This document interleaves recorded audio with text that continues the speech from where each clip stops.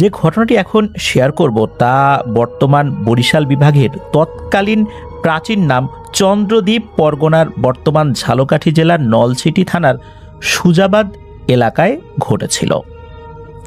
একটি রোমহর্ষক এবং বিভীষিকাময় ঘটনা। ঘটনার সময়কাল 1819 সালের শুরুর দিকের। তৎকালীন মগ জলদস্যুদের আক্রমণ ও তাদের দমন করতে সুবেদার শাহ সুজা বর্তমান সুজাবাদে কেল্লা নির্মাণ করেছিলেন।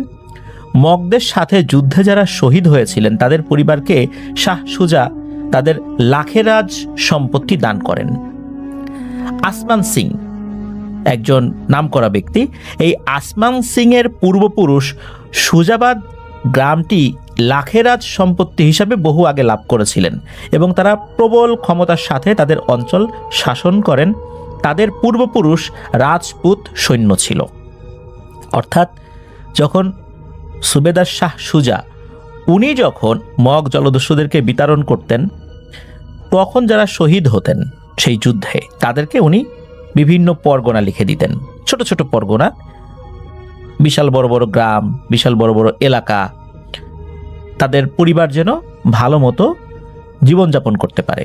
আর শহীদদের জন্য তার এই ত্যাগ এবং তার এই বিষয়গুলো যখন অন্যরা দেখতেন, তারাও প্রবল সাহসিকতার সাথে তারা মগ জলদস্যুদের বিরুদ্ধে সুবেদার শাহ সুজার অধীনে থেকে যুদ্ধ করার জন্য উৎসাহীও হতেন।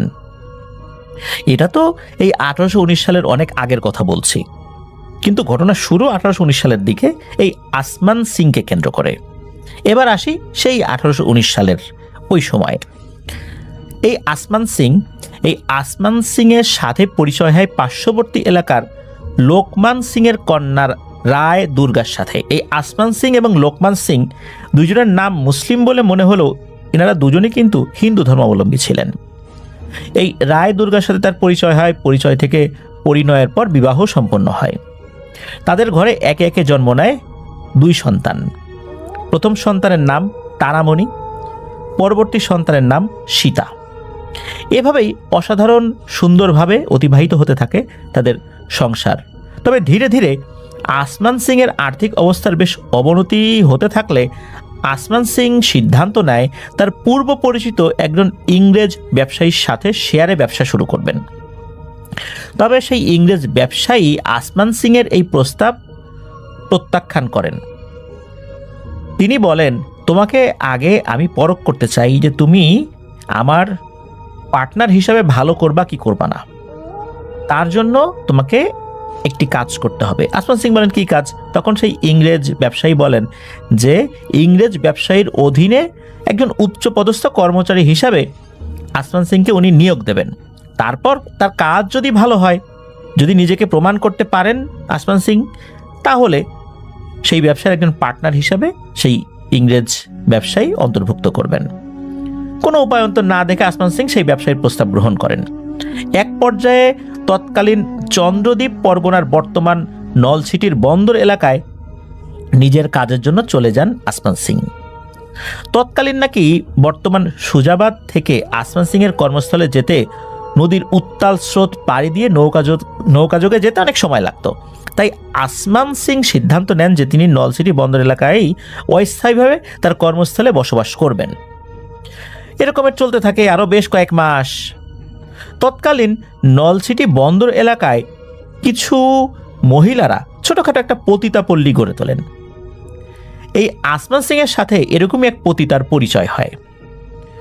আর আসমান সিং ওই পতিতার মোহে পড়ে সুজাবাদে তার স্ত্রী দুর্গারানী এবং তার 2 কন্যার প্রতি একরকম বেখেয়াল হয়ে যান এবং বেশ কয়েক মাস উনি বাড়িতে আসেননি।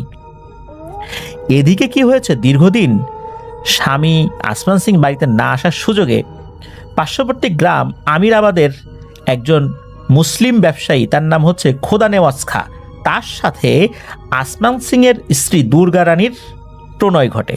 পরকীয়া প্রণয় আর কি। খোদা নেওয়াজ খার পূর্বপুরুষ শাহ সুজার সৈন্য ছিল। দুর্গা রানী রায় ও খোদা নেওয়াজ শাহের অবৈধ পরকীয়ার ঘটনা গ্রাম্য এক চৌকিদারের মাধ্যমে আসমান সিং জেনে যায়। ওই চৌকিদার আসমান সিংকে চিঠির মাধ্যমে এই বিষয়টা জানায়। মুসলিম যুবকের সাথে তার স্ত্রী পরকীয়া করছে ঘটনা শুনে আসমান সিংয়ের মাথায় রক্ত উঠে যায়। এদিকে উনি যে আর এক পতিতার মোহে পড়ে হাবুডুবু খাচ্ছেন, এই বিষয়টা কিন্তু ওনার মাথায় কাজ করে না। ওনার স্ত্রীর অপরাধটা উনি খুব বড় করে দেখা শুরু করেন। এক পর্যায়ে নিজ এলাকায় ফেরত আসেন আসমান সিং এবং বিস্তারিত ঘটনা শোনেন সেই গ্রাম্য চৌকিদারের মুখে। আসমান সিং অগ্নিমূর্তি ধারণ করে খোলা তরবারি নিয়ে রাতের বেলা বাড়িতে চলে আসেন। দুর্ভাগ্যজনকভাবে ওই সময় ওই খোদা নেওয়াজ এই রায় দুর্গার ঘরেই অবস্থান করছিলেন। এমন সময় আসমান সিং তো চলে আসেন। এই দুর্গার সহযোগিতায় খোদা নেওয়াজ শাহ ঘরের পেছনের দরজা দিয়ে জঙ্গল দিয়ে পালিয়ে যান। আসমান সিং যখন ঘরের দরজা ভেঙে ভেতরে প্রবেশ করেছেন, তখন তার স্ত্রী দুর্গা রানী দেখলেন যে আসমান সিং খোলা তরবারি হাতে তার দিকে এগিয়ে আসছেন। এদিকে তার শিশুকন্যা সীতা, সে বিছানায় শুয়েছিল। বাঁচার জন্য সে সীতাকে সামনের দিকে তুলে ধরে, যাতে করে আসমান সিং তরবারি নিয়ে ওখানেই থেমে যায়। কন্যার ভালোবাসায় সেজন্য থেমে যায়। কিন্তু আসমান সিং এতটাই ক্ষিপ্ত হন যে উনি ওই তরবারি দিয়ে দুর্গা রানীকে আঘাত করেন। এত জোরে আঘাত করেন যে দুর্গা রানীর কোলে থাকা সেই শিশুটি তরবারির আঘাতে দ্বিখণ্ডিত হয়ে যায়। আসমান সিং শিশুটির এই অবস্থা দেখে হিতাহিত জ্ঞান হারিয়ে ফেলেন। তৎকালীন এই যে সময়টা ছিল, তখন তো ব্রিটিশ সরকারের বিভিন্ন কর্মকর্তারা জজ হিসাবে নিয়োগ পেতেন অধিকাংশ সময় আর কি।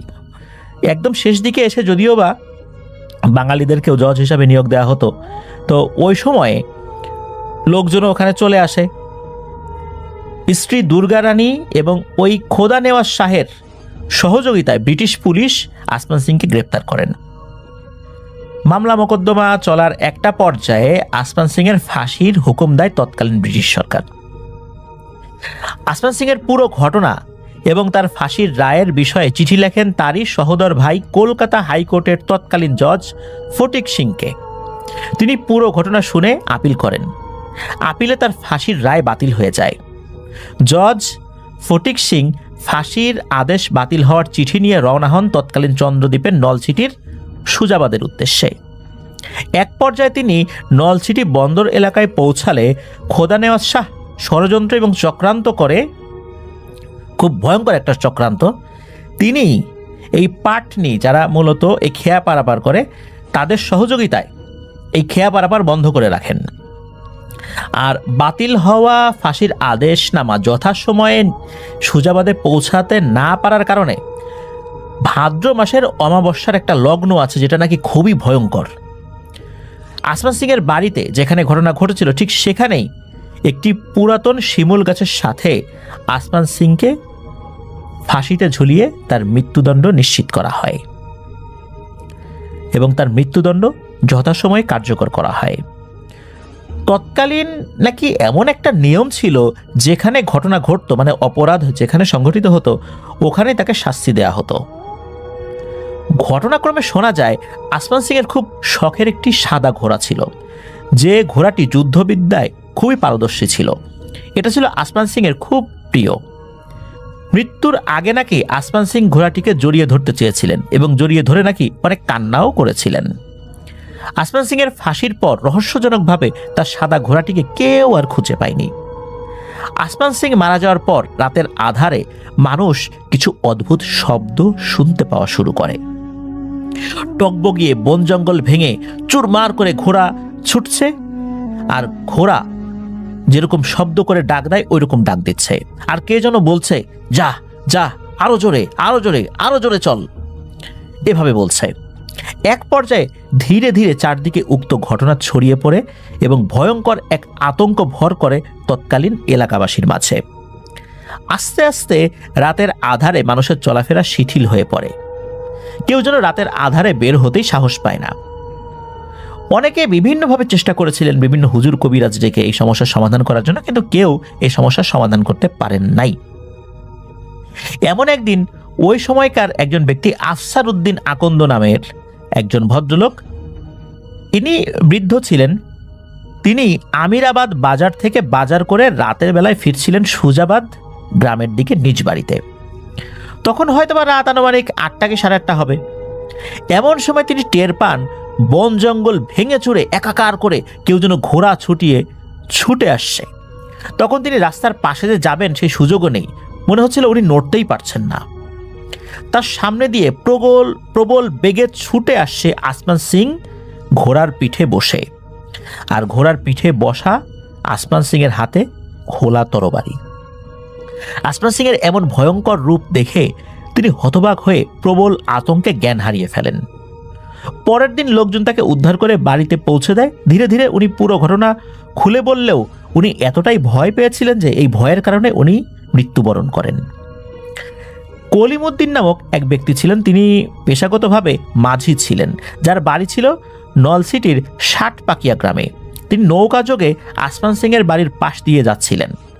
কোনো এক রাত্রে তখন তিনি হঠাৎ করে প্রচণ্ড শব্দ শুনতে পান, যেন নদীর চর দিয়ে ভয়ানক আকারের একটি সাদা ঘোড়া আর তার পিঠে বসা এক সওয়ারি হাতে খোলা তরবারি নিয়ে নদীর বুকে চড়ে থাকা পানির উপর দিয়ে টক বগিয়ে ঘোড়া ছুটিয়ে যাচ্ছে। এমন ভয়ঙ্কর দৃশ্য দেখে তিনি নৌকার উপর মুহূর্তেই জ্ঞান হারিয়ে ফেলেন। তবে তার ভাগ্য ভালো যে তার সাথে আরও কিছু লোকজন ছিল নৌকার মাঝে, তারাও এটা দেখেছিলেন। শেষ যাত্রায় তিনি বেঁচে গেলেও চিরদিনের মতো তিনি কর্মক্ষমতা হারিয়ে ফেলেন। এভাবে চলতে থাকে মাস, বছর, যুগের পর যুগ। আসমান সিং আর তার ভয়ঙ্কর সাদা ঘোড়ার কাহিনী পরবর্তী সময়ে আসমান সিং এর বাড়ি কেন্দ্রিক শত শত ঘটনা ঘটেছিল, যা চলমান ছিল। পর্যায়ক্রমে আসমান সিং এর স্ত্রী দুর্গা রানী সবকিছু হারিয়ে এক প্রকার অচল হয়ে পড়ে। ধীরে ধীরে পুরোপুরি উনি পাগল হয়ে যান। এক পর্যায়ে ভিক্ষাবৃত্তি করে জীবনযাপন করতে থাকেন। যতটুকু জানা যায়, আসমান সিং এর একমাত্র জীবিত কন্যা তারামণি সিংকে আসমান সিং এর ফাঁসির পর তার বিচারক ভাই ফটিক সিং সাথে করে কলকাতায় নিয়ে যান। কথিত আছে এমন কোনো সাহসী মানুষ ছিল না যখন আসমান সিং ও তার ঘোড়া রাতে চলাচল করত আর তার সামনে গিয়ে দাঁড়াতো। এমন সাহসী মানুষ খুঁজেই পাওয়া যেত না। পরবর্তী সময়ে 1980 সাল পর্যন্ত আমিরাবাদ থেকে সুজাবাদ ও রায়াপুর স্কুলের দক্ষিণ দিকে স্লুইস গেট বেরিবাদ পর্যন্ত সরব উপস্থিতি ছিল আসমান সিং ও তার ঘোড়ার। ফিরোজ আঙ্কেল যেমনটি বলেছেন, উনি একজন ভদ্রলোক যিনি আবির ভাইকে এই বিষয়ে বলেছেন।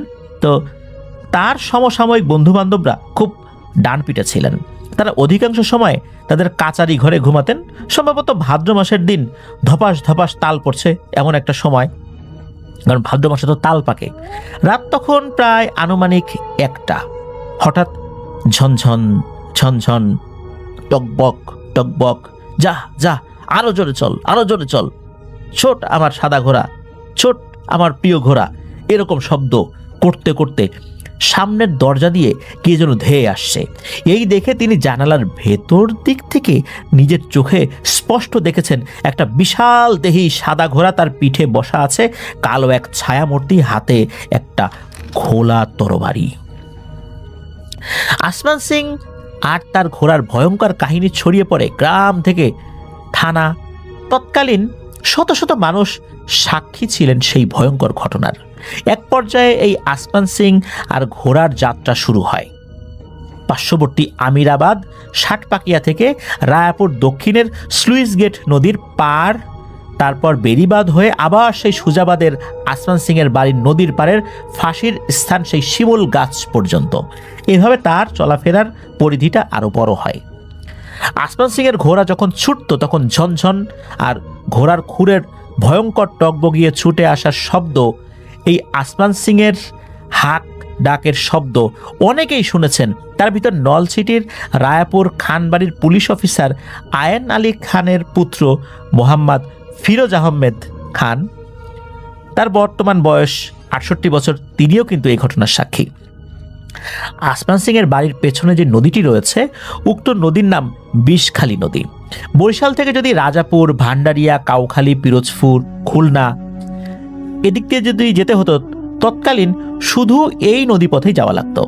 কথিত আছে সন্ধ্যার পরে বিষখালী নদীর আসমান সিংয়ের বাড়ি সুজাবাদ চ্যানেল এলাকা দিয়ে কেউ সহজে পার হতে পারত না। হয় নৌকা ডুবে যেত, না হয় কোনো না কোনোভাবে কেউ নদীতে পড়ে হারিয়ে যেত, পরবর্তীতে লাশ ভেসে উঠত। এতক্ষণ তো আমরা বিভিন্ন ঐতিহাসিক বিষয়গুলো শুনলাম। এবার আসুন আমরা বর্তমান সময়ের কাছাকাছি সময়ে যে ঘটনাগুলো ঘটেছে সেই ঘটনায় চলে আসি। একটি ঘটনা বর্ণনা করেছেন আবির ভাইয়ের যে গ্রাম নারকেলবাড়িয়া, এই নারকেলবাড়িয়া গ্রামের কয়েকজন প্রবীণ মুরব্বী আব্দুল কাদের মাঝি, মনসুর আলী মৃধা, আব্দুস সোবহান মোল্লা তাদের মধ্যে উল্লেখযোগ্য। তো তাদের মুখের বর্ণিত ঘটনাটা যেরকম আবির ভাই ছোটবেলা থেকে শুনেছেন নিজ কানে, সেগুলো উনি বর্ণনা করেছেন।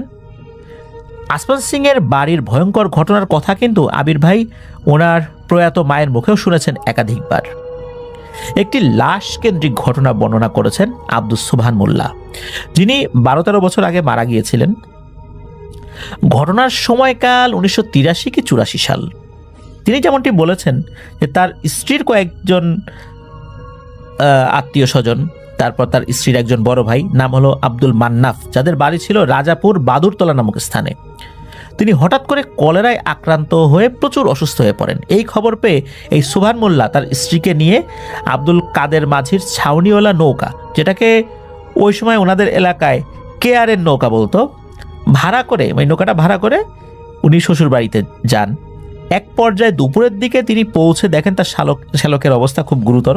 তখন সিদ্ধান্ত নেন যে বরিশাল শেরে বাংলা মেডিকেলে নিয়ে যাবেন। তখন সকলেই সহমত পোষণ করেন। এক পর্যায়ে সোবহান মোল্লা ও তার অপর এক শ্যালক সহ আব্দুল মান্নাফকে কাদের মাঝির নৌকা যোগে বরিশাল শেরে বাংলা মেডিকেলে নিয়ে যেতে সক্ষম হন। তবে সন্ধ্যা হয়ে যায়। মেডিকেলে নিয়ে যাওয়ার কিছুক্ষণ পর ডাক্তার আব্দুল মান্নাফকে মৃত বলে ঘোষণা করেন।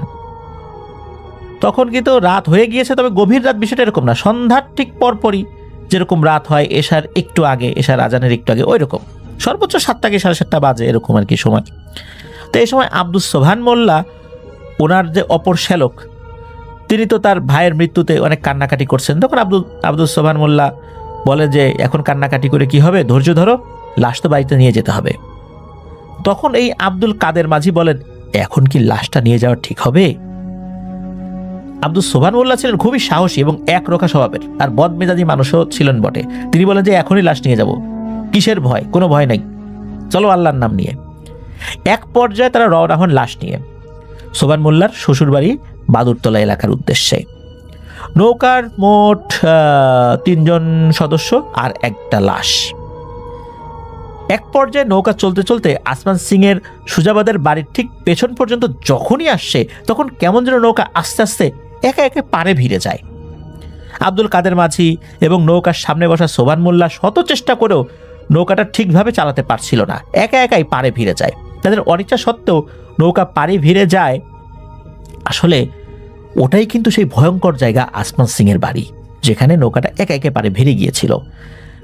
আব্দুল কাদের মাঝি দেখেন হঠাৎ করে লাশটি উঠে বসে পড়ে এবং বলতে থাকে, এই আমাকে নামিয়ে দে এখানে।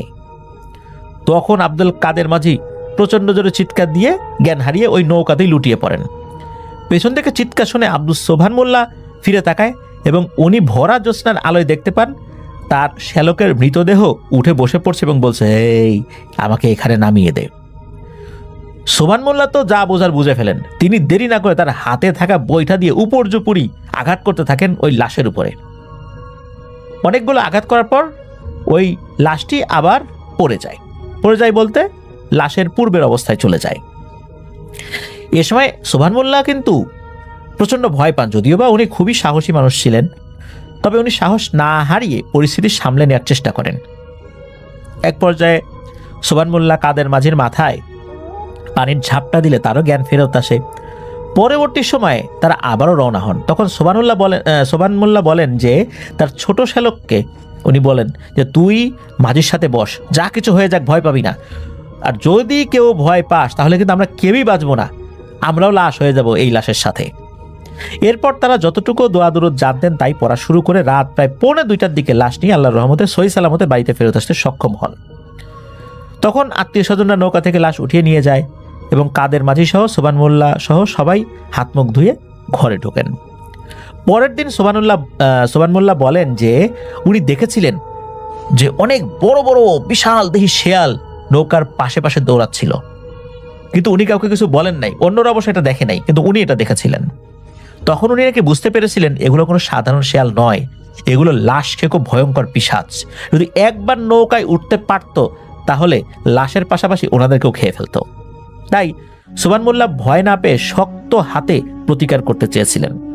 আশ্চর্যজনকভাবে কাদের মাঝি ও সোবান মোল্লা ধীরে ধীরে বেশ অসুস্থ হয়ে পড়েন। তবে দীর্ঘদিন চিকিৎসা নিয়ে আল্লাহর রহমতে পরবর্তীতে তারা সুস্থ হয়েছিলেন। এলাকার প্রবীণ মুরব্বীরা বলতেন যে সহজে কেউ আসমান সিং এর বাড়ির পাশের নদী দিয়ে লাশ নিয়ে নাকি আসতো না, তাহলে ভয়ঙ্কর বিপদ হতো। লাশ নিয়ে আসলে আসমান সিং এর বাড়ির সামনে আসা মাত্র লাশের নৌকা হয় ডুবে যেত, নতুবা নৌকা টেনে ধরত অদৃশ্য কোনো শক্তি। কালের বিবর্তনে আসমান সিং এখন এক ইতিহাস, কিন্তু আসলে কি ইতিহাস? ওই নদীটার নাম বিষখালী নদী। ওই নদীতে এখনো নাকি ভয়ঙ্কর ঘটনা ঘটে। আসমান সিং এর এই ঘটনা নিয়ে কিন্তু বহু বছর পুঁথি পাঠ হতো। পুঁথি গান আমরা অনেকে শুনেছি, একটা বিশেষ সুর করে এই পুঁথি পাঠ করা হয়। তো এরকম পুঁথি পাঠ কিন্তু আসমান সিং, দুর্গা রানী, তারপর এই দুর্গা রানীর যিনি পরকীয়া প্রেমিক, তারপর আসমান সিং কিভাবে পতিতার প্রেমে মজে গিয়েছিলেন, তারপর এই ভয়ঙ্কর ঘটনা সবকিছু পুঁথি আকারে বহু বছর নাকি বিভিন্ন এলাকায় পঠিত হয়েছে। শুধু যে বরিশাল এলাকায় পঠিত হয়েছে বিষয়টা এরকম না, বাংলাদেশের পুঁথি সাহিত্যেও এই আসমান সিং এর ঘটনা নাকি রয়েছে।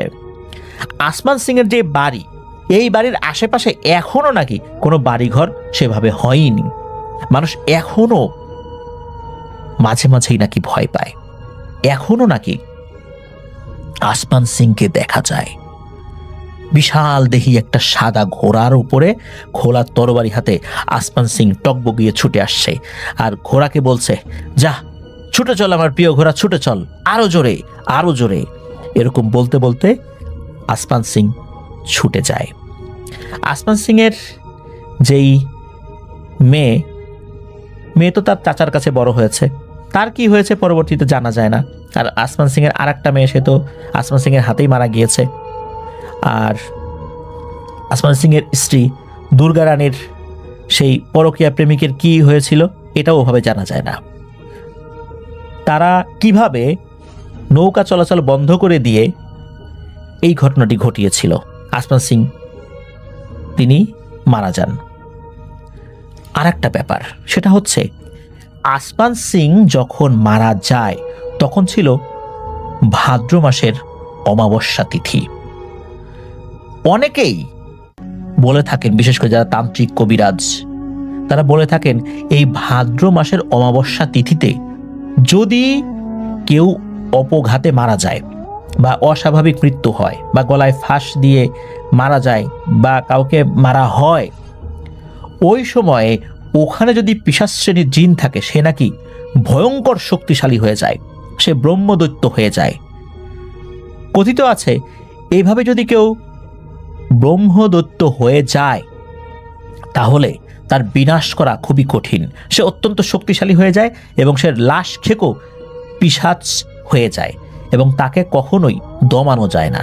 তাকে যেই দেখবে তারই বড় ধরনের কোনো ক্ষতি হয়ে যাবে। আসমান সিং এর ঘোড়াটার আসলে কি হয়েছিল এটা জানা যায় না। ওই ঘোড়াটিকে কেউ জীবিত দেখেনি, কিন্তু আসমান সিং এর মৃত্যুর পর থেকে এরকম ঘটনা ঘটে। অনেকেই বলেন ওই সময় কোনো একটা পিশাচ ওখানে ছিল সেই গাছের কাছে, সেই হয়তোবা এরকম ভয়ঙ্কর শক্তিশালী হয়ে আসমান সিং হয়ে ঘুরে বেড়াচ্ছে আজও। সে কাহিনী আজও ঘটে চলছে। প্রিয় লিসেনার্স, এনামুল হক আবির ভাই এই বিষয়ে বিভিন্ন ধরনের তন্ত্রবিদ্যায় পারদর্শী যারা আছেন, ওনার পরিচিত যাদেরকে উনি চেনেন যে তারা তান্ত্রিক, ইনাদের সাথে কথা বলেছিলেন যে ভাদ্র মাসের অমাবস্যা তিথিতে যদি কারো অপঘাতে মৃত্যু হয় তাহলে আসলেই এরকম ঘটনা ঘটে কিনা। তারা বলেছেন হ্যাঁ, ওখানে যদি পিশাচ শ্রেণীর কোনো জিন থাকে তাহলে তারা খুব শক্তিশালী হয়ে যায় এবং তারাই এরকম শক্তিশালী হয়ে মানুষকে ভয় দেখাতে থাকে এবং এদের শক্তি হয়ে যায় অসম্ভব রকমের বেশি, যাদেরকে সহজে দমানোই যায় না, যেটা আসমান সিং এর বেলায় হয়েছিল। প্রিয় লিসেনার্স, এক ঐতিহাসিক সত্য ঘটনা যেটা আজও ঘটে চলছে। ধন্যবাদ জানাচ্ছি এনামুল হক আবির ভাইকে। এমন একটি ঘটনা যা ইতিহাসের পাতায়ও রয়েছে, পুঁথি আকারে রয়েছে, আমাদের পুঁথি সাহিত্যেও আসমান সিং এর ঘটনা রয়েছে। এমন একটি ঘটনা যে আসলে কখনো আমাদের চ্যানেলে বলতে পারবো এটাও ভাবতে পারিনি।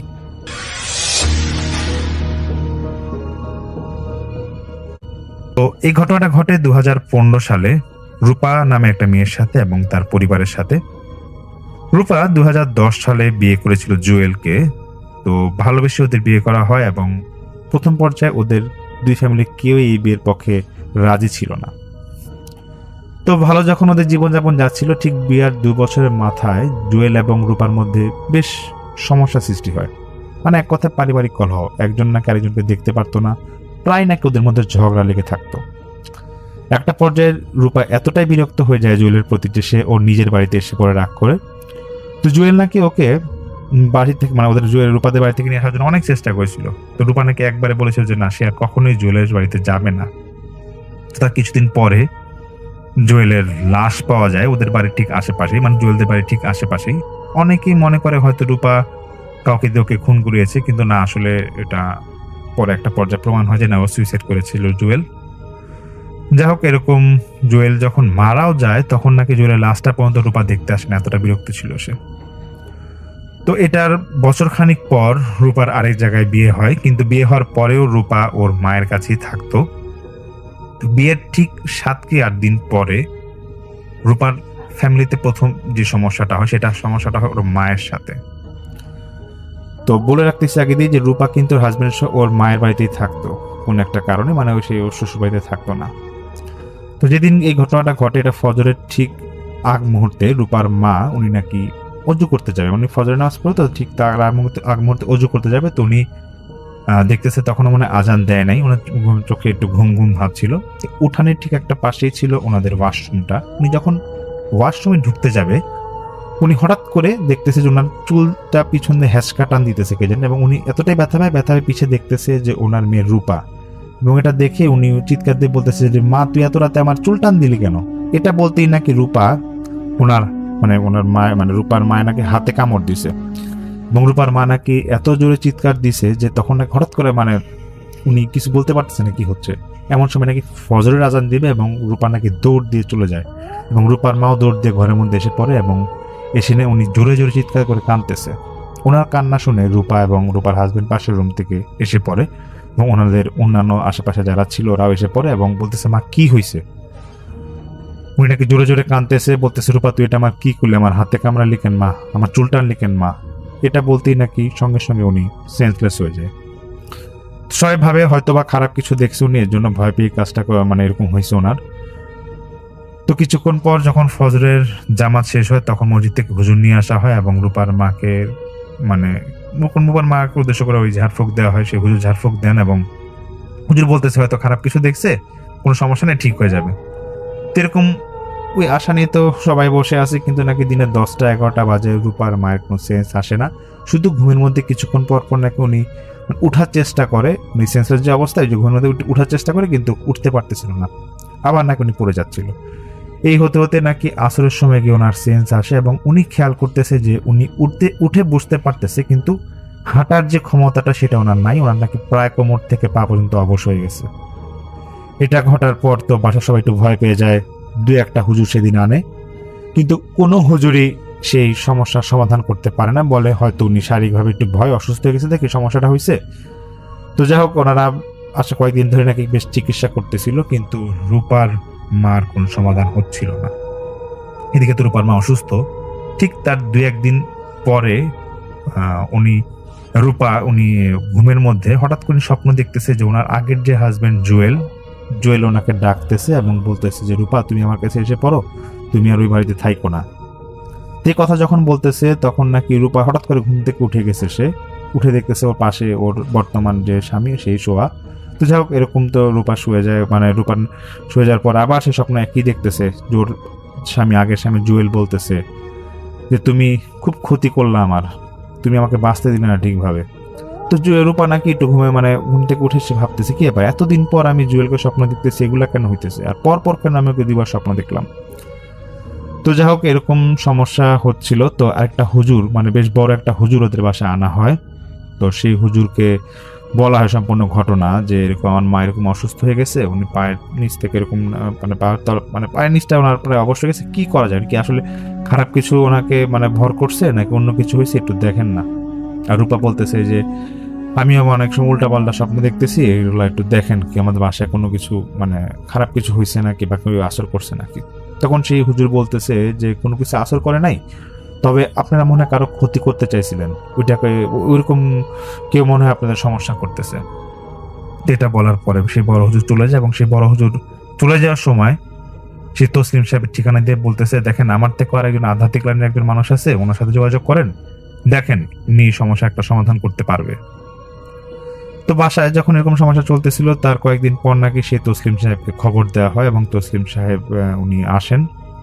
তসলিম সাহেব যখন ওই বাড়ির উদ্দেশ্যে রওনা দিবেন, তখন উনি ওনার বন্ধু জিনকে বলতেছে যে উনি যে জিনকে পালতো সেই জিনকে বলতেছে যে বন্ধু, আমি তো যাচ্ছি একটা সমস্যা নিয়ে, তো একটু বলো না ওই বাসায় কি হইতে পারে, একটু জেনে যাই তোমার থেকে।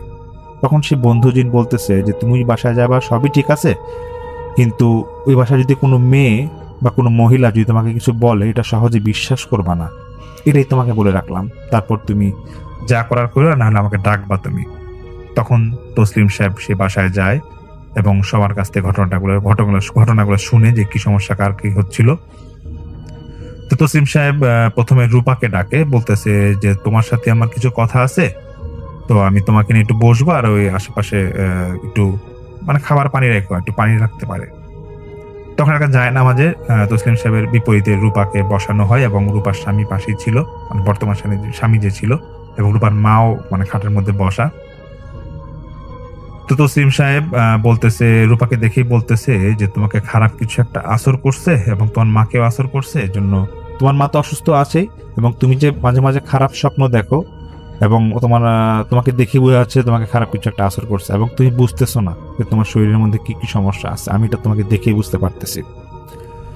তো তসলিম সাহেব বলে যে ঠিক আছে, সমস্যা না, আমি পুরো ঘরের দরজা জানলা সবকিছু আটকায় দাও, আমি একটা জিন হাজির করব, এটাতে ভয় পাওয়ার কিছু নাই। এবং রূপার হাজবেন্ডকে বলতেছে যে আপনার স্ত্রীর উপর একটা আমি জিন হাজির করবো, তো আপনারা ভয় পাবেন না। তখন শুধু ওর বন্ধু জিনটা তসলিম সাহেবের কানে কানে নাকি এসে বলে গেল যে কোনো বেইনসাফি করবেন না, যেটা করবেন ঠিকই করবেন, কিন্তু কোনো মেয়ে মানুষের কথা এখানে এই ঘরে বিশ্বাস করবেন না। কিছুক্ষণের মধ্যে নাকি সেই রূপার উপরে একটা জিন এসে ভর করে, এবং জিন ভর করার সঙ্গে সঙ্গে তসলিম সাহেব বলতেছে যে তুই এই ফ্যামিলিটার প্রতি এরকম সমস্যা সৃষ্টি করছিস কেন, কি করছিস, কি হয়েছে এখানে বলতো আমাকে।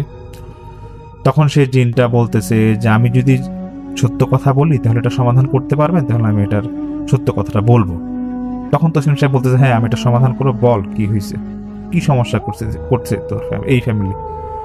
তখন সেই জিনটা বলতেছে, যেটা রূপার উপর ভর করেছিল, সে বলতেছে দেখেন আমি অন্য ধর্মের একটা জিন, তো আজ থেকে বছরখানিক আগে রূপার মা একটা খারাপ কাজ করছে, এর জন্য আমি ওইটার একটা ওই কারণে আমি আজকে এই ওদের ঘরে সমস্যাটা করতেছি।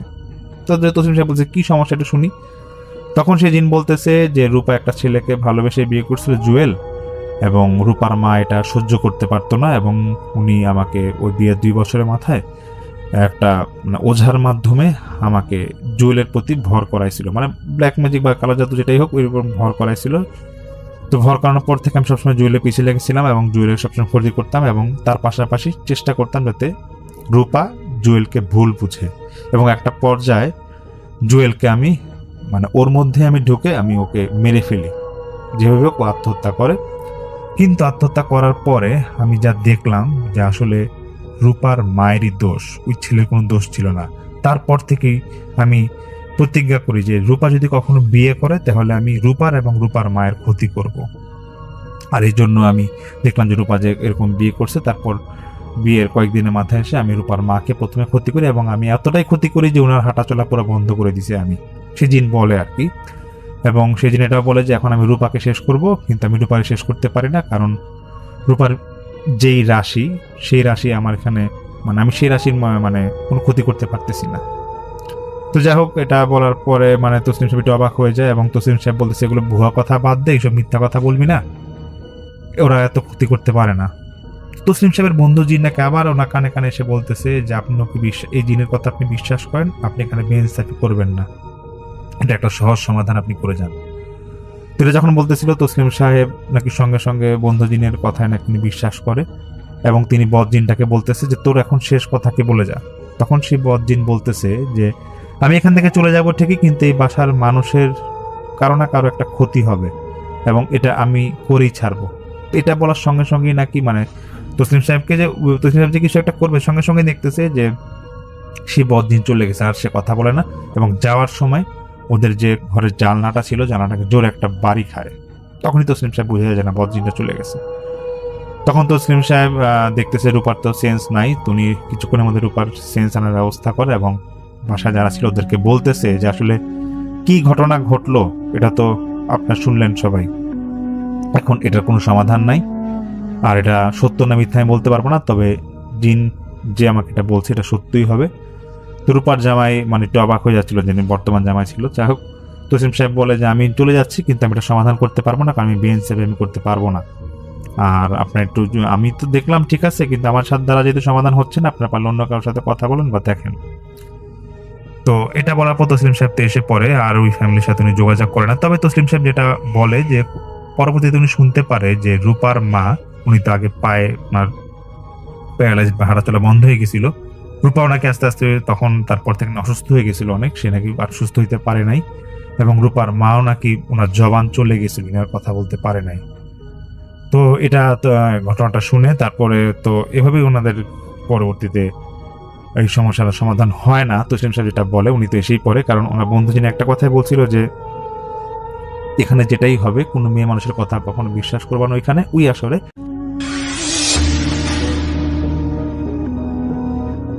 রাইসুল ইসলাম, এবং তিনি ঢাকা শহরের একজন বাসিন্দা। বলতে পারা যায় যে খুব সাধারণভাবে তিনি খুবই ওই এলাকার খুবই নামকরা একজন বাসিন্দা এবং বহুদিন যাবৎ সেখানে বসবাস করছিলেন। তার বাসাটা ছিল 5 তলা এবং নিজের বাবার গড়া বাড়ি আর কি। তো সেই 5 তলা তার বাবা করার পরে তার বাবা 1993 সালে মৃত্যুবরণ করেন এবং মৃত্যুবরণ করার পরে তিনি বাড়ির মধ্যে অনেকদিন ছিলেন। সেই রাইসুল ইসলামের ছোট ছেলে, যিনি আমাদেরকে ঘটনাটি সিফাতের মাধ্যমে আমাদেরকে পাঠিয়েছে, সেই ছোট ভাইয়ের আমি ছোট ছেলের নাম আমি বলছি না। তো উনি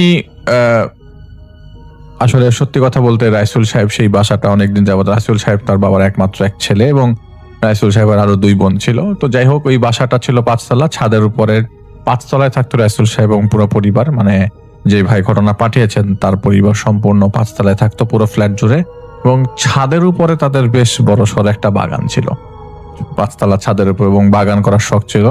যেহেতু রাইসুল সাহেব নিজে একজন গভর্নমেন্ট অফিসার ছিলেন, তার এরকম বাগান করার বেশ শখ ছিল। এই বাড়িটা তিনি পৈতৃক সূত্রে পেয়েছেন, প্রচন্ড অনেস্ট একজন অফিসার হিসেবে তিনি তার অফিসে কর্মরত ছিলেন বহুদিন যাবৎ। তার বয়স যখন 61 বছর, তখনই তার শরীরে ক্যান্সার ধরা পড়ে এবং লাং ক্যান্সারের মোটামুটি অনেকটুক লাংই তার এফেক্টেড হয়ে যায়। তো মৃত্যুর দিন তিনি তখন গুনছিলেন। বাসাটা একটু বর্ণনা দিই, মৃত্যু গোনার দিনের কথা একটু পরে আসি। বাসা বর্ণনা দিতে হলে পুরো বাসাটা হচ্ছে একদম দক্ষিণ ফেসিং আর কি। তো বাসার ছাদের উপরে উঠতেই, যে জায়গাটা ছাদ, মানে ছাদের যে গেট, এটাতে উপরে উঠতেই, বাসায় কোনো লিফট ছিল না, তো ছাদের উপরে উঠতেই হাতের বাম দিকে উনি একটা বড়ই গাছ লাগিয়েছিলেন এবং একটা পেয়ারা গাছ লাগিয়েছিলেন, এবং সেই বড়ই গাছ এবং পেয়ারা গাছের নিচে 2টা চেয়ার দেওয়া ছিল, সেটা অনেকটা রডে ফিক্স করা।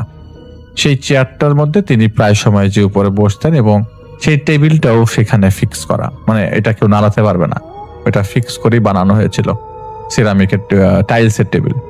সেখানে চাটা খেতেন উপরে, সেখানে একটা ফিক্স করা ছাতাও ছিল, সেটা খোলা যেত, ওটা রোদ পড়লে তিনি যেন ছাদে, এবং ছাদের মধ্যে তিনি বেশ অনেক শাকসবজির বাগান টাগান, এক পাশে শাকসবজি এক পাশে ফল, এরকম। তো তিনি ফল সাইডে এরকম চেয়ার বসিয়েছিলেন আর কি। তো মাঝে মধ্যে চা খেতেন আর কি রাইসুল সাহেব। রাইসুল সাহেব একজন ওসিয়ত করার জন্য উকিল সাহেব সহ বাকি সবাইকে ডাকা হয় এবং সেই ছোট ভাইটা যিনি আমাদের ঘটনা পাঠিয়েছেন তার আরো 2 ভাই আছে, তারা 3 ভাই। রাইসুল ইসলামের 3 ভাই এবং রাইসুল ইসলামের বোন, তার বোনরা আসে। রাইসুল ইসলামের 3 ভাই বলতে রাইসুল ইসলামের 3 ছেলে। তো ওয়াসিয়ত করতে যখন আসা হয় তো সবাইকে সমপরিমাণ বন্টন করে দেওয়ার পর তাদের যে তার একটা বাড়ি ছিল সেই বাড়িটা তার বোনদেরকে তিনি হিসাব করে বুঝিয়ে দেন এবং তার ছেলেদেরও তিনি বুঝিয়ে দেন এবং তিনি বলে দেন, একটা ওসিয়ত করেন যে আমার দাদার কবর হয়েছিল যে জায়গায়, সেই জায়গায় ঠিক একই উপরে আমার বাবার কবর দেওয়া হয়। আমার বাবার কবর দেওয়ার পর তোমরা সবাই আমাকে সেই জায়গার উপরে কবর দেবে, আমার বাবার উপরে কবর দেবে। তো ওনার সময়টা শেষ ছিল, কারণ এইটা ওসিয়ত করেছে কারণ ওই সময় তাকে অলরেডি তওবা পড়ানো হয়ে গেছে। কারণ তওবা পড়ানোর কারণ হচ্ছে তার লাংসের অবস্থা খুব খারাপ ছিল। বাসায় একটা সময় ডাক্তাররা বলে দেয় যে ওনাকে হাসপাতালে রেখে আসলে ঠিক হবে না। ওনারা বেশ টাকা পয়সাও তখন সেই মুহূর্তে খরচ করে ফেলে, তাকে বাসায় নিয়ে আসা হয় এবং রাইসুল সাহেবকে বাসায় নিয়ে আসার পরেই ওসিয়তটা করা হয়। ঠিক যতটুকু পর্যন্ত তার শক্তি সামর্থ্য ছিল তিনি উকিল ডেকে ওসিয়ত করে ফেলে। তো সবকিছু ঠিক ছিল, কিন্তু তিনি তো ঠিক ছিলেন না। রমজান হচ্ছে 6ষ্ঠ রমজান তখন চলে। 6th রমজানের সেহেরি করবার পর, সেহেরির সময় তিনি সুস্থ ছিল কিন্তু তিনি রোজা রাখতে পারছিলেন না, ওই সময় অবস্থা তার খারাপ হয়ে গেছিল। সেহেরি করার পর যখন সবাই ফজরের নামাজ পড়তে যায়, ফজরের নামাজ পড়ে আসার পরই দেখে যে তিনি আর তার ঘরের ভিতরে, যখন তার স্ত্রী পাশে ছিল, মানে রাইসুল সাহেবের স্ত্রী বুঝতে পারছিল যে সে খুব গোঙাচ্ছে, জিহ্বা কেমন কর কর কর কর শব্দ করছে আর বুকের মধ্যে ধরেছিল বেশ কিছুক্ষণ উনি, এবং উনি তো অনেক শুকনা ছিল, ওনার মুভমেন্টটা প্রপারলি বোঝা যাচ্ছিল, মনে হচ্ছিল একটা কাঠি মুভ করছে। ওনার স্ত্রী বলেছে যেটা। তো ওনার স্ত্রী, রাইসুল সাহেবের স্ত্রী, তখন সবাইকে ডাক দেয় যে তোমার বাবা জানি কেমন করছে, তোমরা আসো। তো সবাই মানে সেহরি করে তখন ফজরের নামাজ পড়ে সবাই ঘুমাতে গেছে, ঘুম আসে না এই সময়, সবাইকে ডাকা হয়। তো সবাই আসার পরে সবাইকে ইনভলভ করা হয় এবং সবাই দেখে যে ওনার অবস্থা খুব খারাপ। অ্যাম্বুলেন্সকে ডাক দিয়ে দিতে অ্যাম্বুলেন্স যতক্ষণ পর্যন্ত আসছে ততক্ষণ পর্যন্ত তিনি আর মুভ করছিলেন না। ওনার জিহ্বাটা সামান্য একটু 2 দাঁতের চিপায় চলে আসে এবং তারা বুঝে যায়, যেহেতু যে ভাই ছোট ছেলে রাইসুল ইসলামের, তিনি তো ডাক্তার, তিনি বুঝে যায় যে তার বাবার সময় তার বাবা নাই দুনিয়াতে। তো তারা সবাই খুব কান্নাকাটি করে এবং তিনি হাতের পালস ধরে বলে যে না, উনি নাই। তো পরে ডেথ সার্টিফিকেট তারা বের করে ফেলে এবং ওই মুহূর্তে তারা ডিসিশন নেয় যে তারা কোথায়, যেহেতু ওসিয়ত আগে করে গেছে, রেকর্ড করা এবং এমন ভাবে রেকর্ড করা যাতে কোনোভাবেই দাফনের সময় কোনো ধরনের পারিবারিক ভাবে কেউ ইনভলভ হতে গেলে যেন এইটাতে কোনো ধরনের এস্টাবলিশ করতে পারে। কারণ তিনি জীবিত থাকা অবস্থায় প্রচুর মানুষ তাকে অ্যাভয়েড করলেও মারা যাওয়ার পর যে অনেকেই সম্পত্তির জন্য তার কাছে আসবে এবং বিভিন্ন ধরনের অধিকার দেখাতে চাবে, সেটা তিনি আগেই বলে গেছেন, তাদের পরিবারে এরকম কিছু লোক আছে। তো যাই হোক, তিনি এরকম করেন যে রেকর্ড করে যান। রেকর্ডের মধ্যে বলা থাকে যে তিনি তার বাবার উপরে যেন তার কবর হয়। তার তার যিনি আমাদের ঘটনা পাঠিয়েছেন তার বড় বাবার যে কবর, তার দাদার কবর, তার বাবার কবর ঠিক একই জায়গায় একই উপরে হবে। তো তারা লাশের সব ধরনের প্রসিডিউর শেষ করে, এবং আপনারা সবাই জানেন যে মোহাম্মদপুরে অবস্থিত যে একটা জায়গা যেখানে লাশ ধোয়ানোর সব ধরনের ব্যবস্থা আছে, তারা 2013 সালে লাশ ওই জায়গায় প্রসেস করানো হয় এবং পড়ানোর পরে তার পারিবারিকভাবে যে গোরস্থান ডিসিশন নেওয়া হয়, সেই গোরস্থানে দুপুর 2টার দিকে ওই যেদিন মারা যান হচ্ছে বাদ জোহর, সেদিন বাদ জোহর শেষ করে তারা রওনা দেন এবং তারা জানেন যে পথিমধ্যে তাদেরকে আসলে রাস্তায় ইফতার করতে হবে, কারণ তাদের বাড়ি ঢাকা থেকে বেশ দূরে এবং সেই সময়টায় আসলে রাস্তাঘাটের ব্যাপক পরিমাণ কাজ চলছিল বিধায় তারা চেষ্টা করেছিল যে যত তাড়াতাড়ি পারে যেতে। তো ফ্রিজিং ভ্যান ছিল সাথে। তো যাই হোক, তারা পৌঁছে যায় তাদের গ্রামের বাড়িতে এবং গ্রামের বাড়িতে পৌঁছানোর পর দেখা যায় যে আগের থেকে কবর খোঁড়া, এবং কবর যিনি খুঁড়েছেন তার কাছ থেকে পরবর্তী সময় এরকম জানা যায় যে কবর খোঁড়ার সময় যখন কবর খুঁড়ছিলেন তখন তিনি একটা পর্যায়ে শ্বাস হারিয়ে নিচে অনেকটু গর্ত করে নিচে পড়ে যান। নিচে প্রচুর হাড়গোড় তোলেন এবং সেই হাড়গোড়গুলো তারা আলাদা করে টুকরির মধ্যে রেখেছিলেন এবং পারিবারিকভাবে সবার সম্মতি নিয়ে সেই হাড়গুলোকে পরে নতুন করে পাশের একটি নতুন করে কবর করে দাফন করা হয়। এই হাড়গোড়গুলো তার দাদার এবং বাবার ছিল এবং সেখানে বহু কিছু পাওয়া যায়, যেসব জিনিসগুলো তারা সেই টুকরির ভিতরে করেই দাফন করে ফেলে। কিন্তু কিছু জিনিসের কথা আমি পরবর্তী সময় বলবো।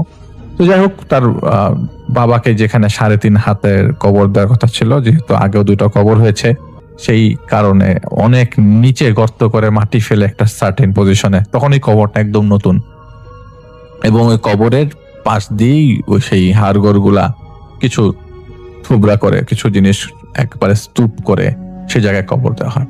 তো তার বাবার কবর দেওয়া কমপ্লিট হয়। কমপ্লিট করার পর তারা ওদিন রাতের বেলা সেহেরি ইফতার করে ইফতার রাস্তায় হয়েছিল, তারা আবার ঢাকায় এসে ফজরের নামাজ পড়বে এরকম প্ল্যান করে, কারণ ওখানে থাকার মতো পরিস্থিতি ছিল না। তো তারা রওনা দিয়ে ঢাকার দিকের উদ্দেশ্যে রওনা দিয়ে দেয়। দাফন করতে করতে রাত্রে 11:30 বাজে জানাজা পড়ে এবং তারা ঢাকার উদ্দেশ্যে রওনা দিয়ে দেয় এবং চিন্তা করে যে হয়তো রাত্রে রাস্তার মধ্যেই সেহরি করতে হবে। রাস্তায় যখন তারা সেহরি করতে যাবে এবং এমন সময় রাস্তার মধ্যে তাদের আসলে ফ্রিজিং ভ্যান তো তারা ওই মুহূর্তেই ছেড়ে দেয়, কিন্তু তাদের আসার পথে 3টা মাইক্রোবাস ছিল, তাদের ফ্যামিলির 3টা মাইক্রোবাস এবং তাদের নিজেদের 2টো প্রাইভেট কার। মোটামুটি বেশ মানুষজন ঢাকা থেকে লাশ নিয়ে গ্রামের বাড়িতে গিয়েছিল। তো তারা যখন ব্যাক করার সময় রাস্তাতে তাদের যেই রাস্তা দিয়ে তারা ঢোকে সেই রাস্তা খালি, কোনো একটা জায়গায় গাছ পড়ে আছে, আবার ব্যাক করে আবারও রাস্তা দিয়ে ঘুরে আসে এবং আরেক জায়গায় আসার পর দেখে যে সে জায়গাও গাছ ভাঙা। একই সাথে সবগুলা গাড়ি ছিল, একই সাথে সবগুলা গাড়ি আটকা পড়ে, আবারও গাছ ভাঙা। এরকম করার পরে 3টা রাস্তা তারা অল্টারনেট করে ঢাকায় আসবার চেষ্টা করে, কিন্তু কোনোভাবেই তারা 3টা রাস্তা ধরে ঢাকায় আসতে পারছিল না এবং তারা ঠিকই আবার ব্যাক করে সেহরি খায় যেই তাদের গ্রামের বাড়িতে, আসতে পারে না ঢাকাতে। তো সেহরি খেয়ে তারা ওই দিন রাতের বেলা ওখানে হোল্ড করে পরের দিন সকালবেলা তারা রওনা দেয় ঢাকায়। ঢাকায় চলে আসে। তো দাফনের 4 দিন পর তাদের অনুষ্ঠান হয়। বা আশেপাশের বেশ মানুষজনকে দাওয়াত করে খাওয়ানো হয় গ্রামের বাড়িতে। প্রায় আবার তারা ফেরত আসে। গ্রামের বাড়িতে ফেরত আসার পরে প্রায় 8-9টা গরু জবাই করে বিশাল বড় সড়ো আয়োজন করে গ্রামের সবাইকে খাইয়ে আবার তারা ব্যাক করে। ওইবারও যখন ব্যাক করে আসার পথে এরকম বড় বড় গাছের গুড়ি পড়ে 3 জায়গায় 3 রাস্তা, একইভাবে 3টা অল্টারনেট রাস্তা ছিল, এটা ছাড়া আসা যায় না। এরপরে অনেক দূর ঘুরে আসতে হবে, সেই জায়গাটাও আবার বেশি ঝামেলা, আরো 4-5 ঘন্টা এক্সট্রা লাগবে। তো যেই 3টা রাস্তা অল্টারনেট করে আসা যায় সেই 3টা রাস্তাতে যত পারে তারা গেছে। রাত্রে 12টার পরে এরকম ঝামেলা, গাছের গুড়ি পড়া। তো তারা চেষ্টা করেছে সন্ধ্যার মধ্যে রওনা দিতে, কোনো না কোনো সার্কামস্টেন্স তাদেরকে আসলে দেরি করিয়েছে। কোনো না কোনো সার্কামস্টেন্স, হয়তো কোনো মহিলা মানুষ আটকে আছে, তারা কথা বলছে, আসতে পারছে না, বা কোনো একটা ঝামেলা তাদের পারিবারিক ভাবে ছিল। তো তারা পরের দিন আবারও সেই সেহরি করে, সম্ভবত এটা ওই সেবার তখন সম্ভবত হয়তো বা 10ই রমজান অথবা 11ই রমজান পরে বলেছে যে প্রথম 10টা রমজান ক্রস করার পরে এই ঝামেলাগুলো হয়। পরে তারা ব্যাক করে। ঈদের 15 থেকে 20 দিন পর হঠাৎ করে রাতের বেলা তার ছোট ছেলের তখন পরীক্ষা চলছে, তিনি তখন ডাক্তারে শেষ করে তিনি বেশি পরীক্ষা চলছে বলতে হচ্ছে অ্যাডমিশন টেস্ট, হায়ার এডুকেশনের জন্য, ডাক্তারি হায়ার এডুকেশনের জন্য তিনি পড়াশোনা করছিল। BCS এর পরীক্ষাও ছিল। সব মিলে তিনি বেশ পড়াশোনার মধ্যে ছিলেন। তো ছোট ছেলেটা হঠাৎ করে রাত্রেবেলা পড়তে ছাদের উপর থেকে, এবং যেই কর্নারটাতে বড়ই গাছটা ছিল এবং বড়ই গাছটা আর পেয়ারা গাছটা ছিল বড় ড্রামে, সেই কর্নার ঠিক বরাবর রুমটাতে থাকতে হচ্ছে তার ছোট ছেলে, তখনও পর্যন্ত বিয়ে করে নাই। তো ছোট ছেলেটা, যিনি আমাদের ঘটনা পাঠিয়েছেন সিফাতের মাধ্যমে, সেই ছোট ভাই বেশ জোরে সোরে হু হু হু হু করে গোঙানির শব্দ পাচ্ছে তার বরাবর রুমের উপর থেকে। রাত তখন 1টার বেশি। তো টেকনোলজিক্যালি তো আমরা বেশ অ্যাডভান্স 2013-14 দিকে। তো তিনি কি করলেন, আচ্ছা ছাদের উপরে কে কান্না করবে, আর তাদের বাসাটা 5 তলা, তো তাদের ছাদে সাধারণ ভাড়াটিয়ারা উঠতে পারতো না, কারণ খুব পারমিশন ছাড়া সাধারণ ভাড়াটিয়াদের ওঠার নিয়ম ছিল না, কারণ তাদের যে মেইন 5 তলার গেটটা ছিল সেটাতে তালা দেওয়া থাকতো, কেউ চাইলে উপরে উঠতে পারতো না। তাদের কাছ থেকে তারা চাবি নিয়ে পারমিশন নিয়ে ছাদে উঠতে হতো যদি কেউ উঠতে চেত। আর রাত 10টার পরে সেই গেট তো পার্মানেন্টলি বন্ধ। ছাদে ওঠার জন্য উঠা যেত, তাদের কাছ থেকে চাবি নিয়ে ছাদে গেট খুলতে হতো, কিন্তু রাত 10টার পর তাদের সেই সিঁড়ির কামরার গেটটা, গ্রিলের গেট, সেটা বন্ধ করে দিত তারা, সেটা কেউ 10টার পরে ছাদে উঠতে না পারে। তো রাত তখন 1টা বাজে, ছাদে ওঠার তো কোনো চান্সই নাই। সে দরজাটা খুলে তাদের যে মেইন করিডোরের সামনে যে সিঁড়ির কামরার গেটটা, যেটা মেইন গেট, যেটাতে ছাদে নিচ থেকে কেউ ছাদে উঠতে পারবে, সেই গেটটা তো চেক করে যে সেটাতে তালা দেওয়া। তিনি আবার তার রুমে যান, তাহলে হু হু করে কাঁদছে কেউ। ওই মুহূর্তে যেই শব্দে কান্নাটা আসছে, সেই শব্দটা দেখে মনে হচ্ছিল যে, শুনে মনে হচ্ছিল যে একটা কোনো মহিলা মানুষ কান্না করছে, কিন্তু বাসায় তো ওই মুহূর্তে কোনো মহিলা মানুষ ছিল না। তারা 3 ভাই, তার মা, তিনি তার মার রুমে যে উকি মারে, উকি দেয়, দেখে যে তার মা তো ঘুমাচ্ছে। ঈদের পরের ঘটনাটা, তো তিনিও বেশ খুব অবাক হয়ে যায়, এবং তার কোচিং সেন্টারের পরীক্ষা সব মিলে তিনি বেশ পড়াশোনার মধ্যে ছিলেন, কিন্তু তার ডিস্টার্ব হচ্ছিল। তার রুমের মধ্যে তিনি বারবার কান ঝাঁকি দিয়ে পরিষ্কার করার চেষ্টা করে যে আসলে তিনি কি আসলে কান্নার শব্দ শুনছেন নাকি পাশের বাসা থেকে কোনো কান্না। তার ভাষ্য মতে যে তার আশেপাশে এত কাছে বাসা নাই, যে বাসা এত কাছে না বাসাগুলা, যেসব বাসাগুলা থেকে কান্নার আওয়াজ এত স্পষ্ট শোনা যাবে, এবং তিনি জানালার পাশে দাঁড়িয়ে থেকে স্পষ্ট শুনছেন যে ছাদের উপর থেকে কান্না আসছে। তো তিনি বেশ সাহসী মানুষ, আমি তাকে চিনি, আমি খুব ভালো করে চিনি। যাই হোক, তিনি ছাদে যান।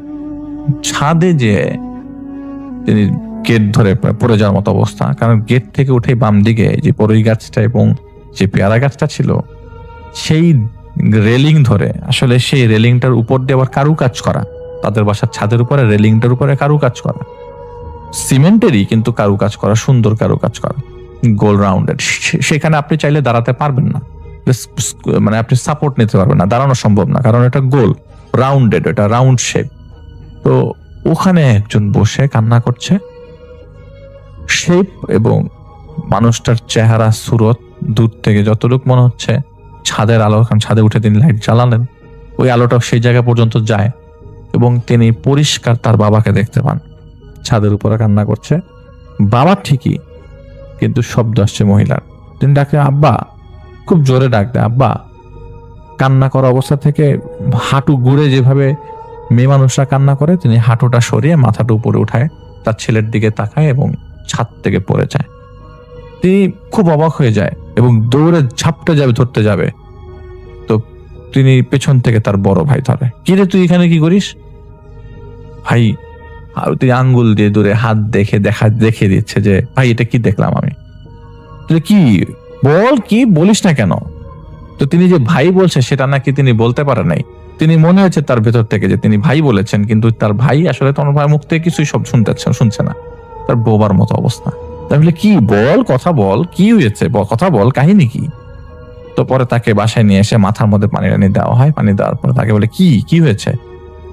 তো উনি রাতের বেলা বলতে পারেন না। পরের দিন সকালবেলা নাস্তা খাওয়ার টেবিলে তিনি বলেন যে ভাই, আমি রাতের বেলা কিন্তু ছাদের উপর আব্বাকে কান্না করতে দেখছি। বলে যে আব্বাকে কান্না করতে দেখছিস মানে? হ্যাঁ, আমি আব্বাকে কান্না করতে দেখছি উপরে। বলে কি আবোল তাবোল বলতেছিস, আব্বাকে কান্না করতে দেখছিস, সেটা আবার কি ধরনের কথা? বলে হ্যাঁ ভাই, আব্বাকে কান্না করতে দেখছি। তো তার বড় ভাইয়ের তখন বউ উঠায় নিয়ে আসা হয়নি। ওই মুহূর্তে তার বাসায় একজন বুয়া ছিল, কিন্তু ওই বুয়াটা ওই মুহূর্তে তাদের বাসায় ছিল না। যখন তার বাবা এরকম, তিনি চিন্তা করছে যে উপরে ছাদে কান্না করছে কে, এবং তাদের 3 ভাই ছিল, তার মা ছিল। যাই হোক, ঠিক পরবর্তী দিন তিনি আবারও যখন পড়তে বসে রাত্রে 12টার পর, তিনি আবারও ঠিক হু হু করে কান্নার শব্দ পাচ্ছে ছাদের থেকে। তবে বোঝা যাচ্ছে যে এবার ছাদের এই পাশ থেকে না, ছাদের মাঝখান থেকে কান্নার শব্দ আসছে। তিনি আবারও ছাদে যান, দেখেন যে রেলিং ধরে ঠিক একইভাবে এক পাশ থেকে আরেক পাশ তার বাবা হাঁটছে, এবং সাদা পাঞ্জাবি পরা তার বাবা হাঁটছে এবং এক পাশ থেকে আরেক পাশ হেঁটে যাচ্ছে। তিনি তার আব্বাকে ডাক দেয়, আব্বা, খুব জোরে জোরে, আব্বা, ও আব্বা। কিন্তু তার বাবা কোনোভাবেই তার দিকে তাকায় না। আবারও ঠিক একইভাবে একটা সার্টেন টাইমে 5-10 মিনিট দেখার পর তিনি হাওয়া হয়ে যান। হাওয়াটা এমন হয় ঝাঁপ দিয়ে ছাদের থেকে পড়ে যান নিচে, কিন্তু কোনো ধরনের শব্দ নাই, কিছু নাই। তিনি খুব অবাক হয়ে যায় এবং তার বাসার সবাইকে বলে যে আমি আব্বাকে দেখেছি আবারও। তো সবাই মনে করে যে হয়তো ওর কোনো সমস্যা, হয়তো বাবাকেও বেশি মিস করছে, অথবা তার মধ্যে বেশি ঢুকে গেছে জিনিসটা, যার কারণে বেশি মিস করতে করতে তার মধ্যে এরকম হ্যালুসিনেশন ভাবটা চলে আসছে। তো বাসার সবাইকে তিনি বলেন যে না, আমার মধ্যে কোনো হ্যালুসিনেশন ভাব আসে নাই, আমি একজন ডাক্তার মানুষ, আপনি সব জিনিস আমার সাথে জড়িয়ে দিয়েন না, আমি কিন্তু আমার বাবাকে দেখতে পাচ্ছি। তার কিছুদিন পরে রাত্রেবেলা তিনি পড়ছিলেন, তার বাবার পছন্দের খাবার ছিল রুটি আর গরুর মাংস। তো রুটি আর গরুর মাংসের গন্ধ আসতে থাকে রাত 3টার দিকে। তিনি শুয়ে পড়েছিলেন, তো তখনও ঘুমাননি, কিন্তু গন্ধ পাচ্ছেন। তিনি ড্রয়িং রুমে যান, ড্রয়িং রুমে যেয়ে দেখেন যে তার বাবা টেবিলে খাচ্ছে এবং ড্রয়িং রুমে কোনো লাইট জ্বলছে না, শুধুমাত্র ফ্রিজের লাইট জ্বলছে। ফ্রিজের দরজা খোলা, ফ্রিজের লাইট জ্বলছে, তার বাবাকে পরিষ্কার ফ্রিজের লাইটের আলোতে দেখা যাচ্ছে তার বাবা ডাইনিং টেবিলে বসে খাচ্ছেন। সে খুব অবাক হয়ে যায়, ঘটনা কি, আমার বাবাকে এরকম করে দেখতে পাচ্ছি কেন? ফ্রিজের ভিতর থেকে আসছে পুরা মাংসের, একদম গলা মাংসের একদম পানি বেরিয়ে বেরিয়ে পড়ছে ফ্রিজের চারিপাশে। ফ্রিজটা ছিল ড্রয়িং রুমের সাথে, ডাইনিং স্পেসের সাথে লাগানো। তো সেই পানি পুরো ভরে গেছে, আর ঠান্ডা পানি, পিছলে তিনি পড়ে যান সেই পানির মধ্যে। সবাইকে চিৎকার করে ডাক দেয়। সবাই মনে করে যে আসলে ফ্রিজের লাইনটা, মেইন লাইনটা ওই বন্ধ করেছে। কারণ সবাই আসার পর দেখে ফ্রিজের মেইন লাইনটা বন্ধ এবং ফ্রিজ থেকে যত সব জিনিসপত্র ছিল, মাংস টাংস রাখা ছিল, সব গলে বের হয়ে যাচ্ছে, গলে পানি বের হয়ে পড়তেছে টপ টপ করে। কিন্তু এটা কখনো সম্ভব না, কারণ এত তাড়াতাড়ি ফ্রিজের পানি গলবে না। রাত্রেবেলা ঠিক এই জায়গাতেই বসে সবাই ভাত খেয়েছে, তো এত তাড়াতাড়ি ফ্রিজের পানি গলা সম্ভব না, ফ্রিজের জিনিসপত্র গলা সম্ভব না। মাত্র রাত্রে যদি 10টার দিকে সবাই খেয়ে থাকে আর রাত্রে 3টার মধ্যে 5 ঘন্টা, এটা কখনো সম্ভব না। তো তিনি বলে যে না, আমি সত্যি সত্যি আমার আব্বাকে দেখতে পাচ্ছি, আসলে আমি জিনিসটা ভালোভাবে দেখছি না, তোমরা এখন ইফেক্টিভ ডিসিশনে যাও। এর মাঝে তার মেজো ভাই একজন হুজুরকে নিয়ে আসে। সেই হুজুর কিছু বলতে পারে না। হুজুর বলে যে বাসার মধ্যে খারাপ নজর আছে, আপনারা আমাকে না আরেকজন ভালো মানুষকে দেখান, তবে আপনাদের এই নজর কাটানোর জন্য আমি কিছু জিনিস দিয়ে যাচ্ছি। কিন্তু কোনোভাবে সম্ভব হচ্ছে না। পরে নাকি কোন জায়গা থেকে একজনকে হুজুরকে নিয়ে আসা হয়, অনেক দূর থেকে নিয়ে আসা হয়। সেই হুজুরের বয়স নাকি প্রায় 90-এর উপরে। সেই হুজুরকে সাথে আরো 2-3 জন আসে। তারা আসার পর বলে যে আপনার বাবা কিভাবে মারা গেছে একটু বলেন তো। বলে যে আমার বাবা তো ক্যান্সারের রোগী ছিল।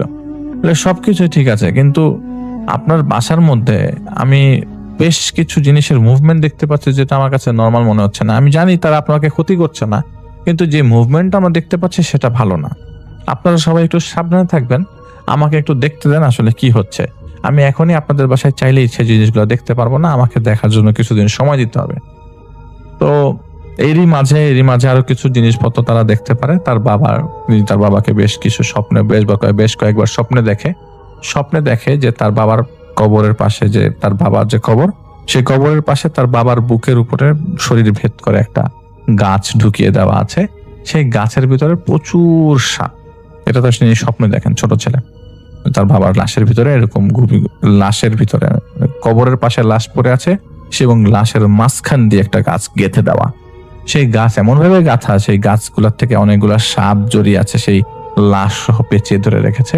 এবং লাশের মুখটা পুরো ফুলে যতটুকু না সাইজ, তার ট্রিপল হয়ে গেছে লাশের মুখের সাইজ, এবং চোখগুলা গলে এখান থেকে পোকা বের হচ্ছে। এরকম স্বপ্ন তিনি দেখেন। সেই স্বপ্নের কথাটা 7 দিন পর সেই হুজুরকে বলেন। সেই হুজুর বলেন যে আসলে আপনাদের কোনো দোষ নাই, এই ঝামেলাটা হয়েছে এক বিপত্তি। আপনাদের যে গ্রামের বাড়ি, সেই গ্রামের বাড়িতে হয়তো কোনোভাবেই আপনার দাদা মারা যাওয়ার পর সেই দাদার কবরের কাফন নিয়ে কেউ একজন তাবিজ করেছিল অন্য কাউকে তাবিজ করার জন্য।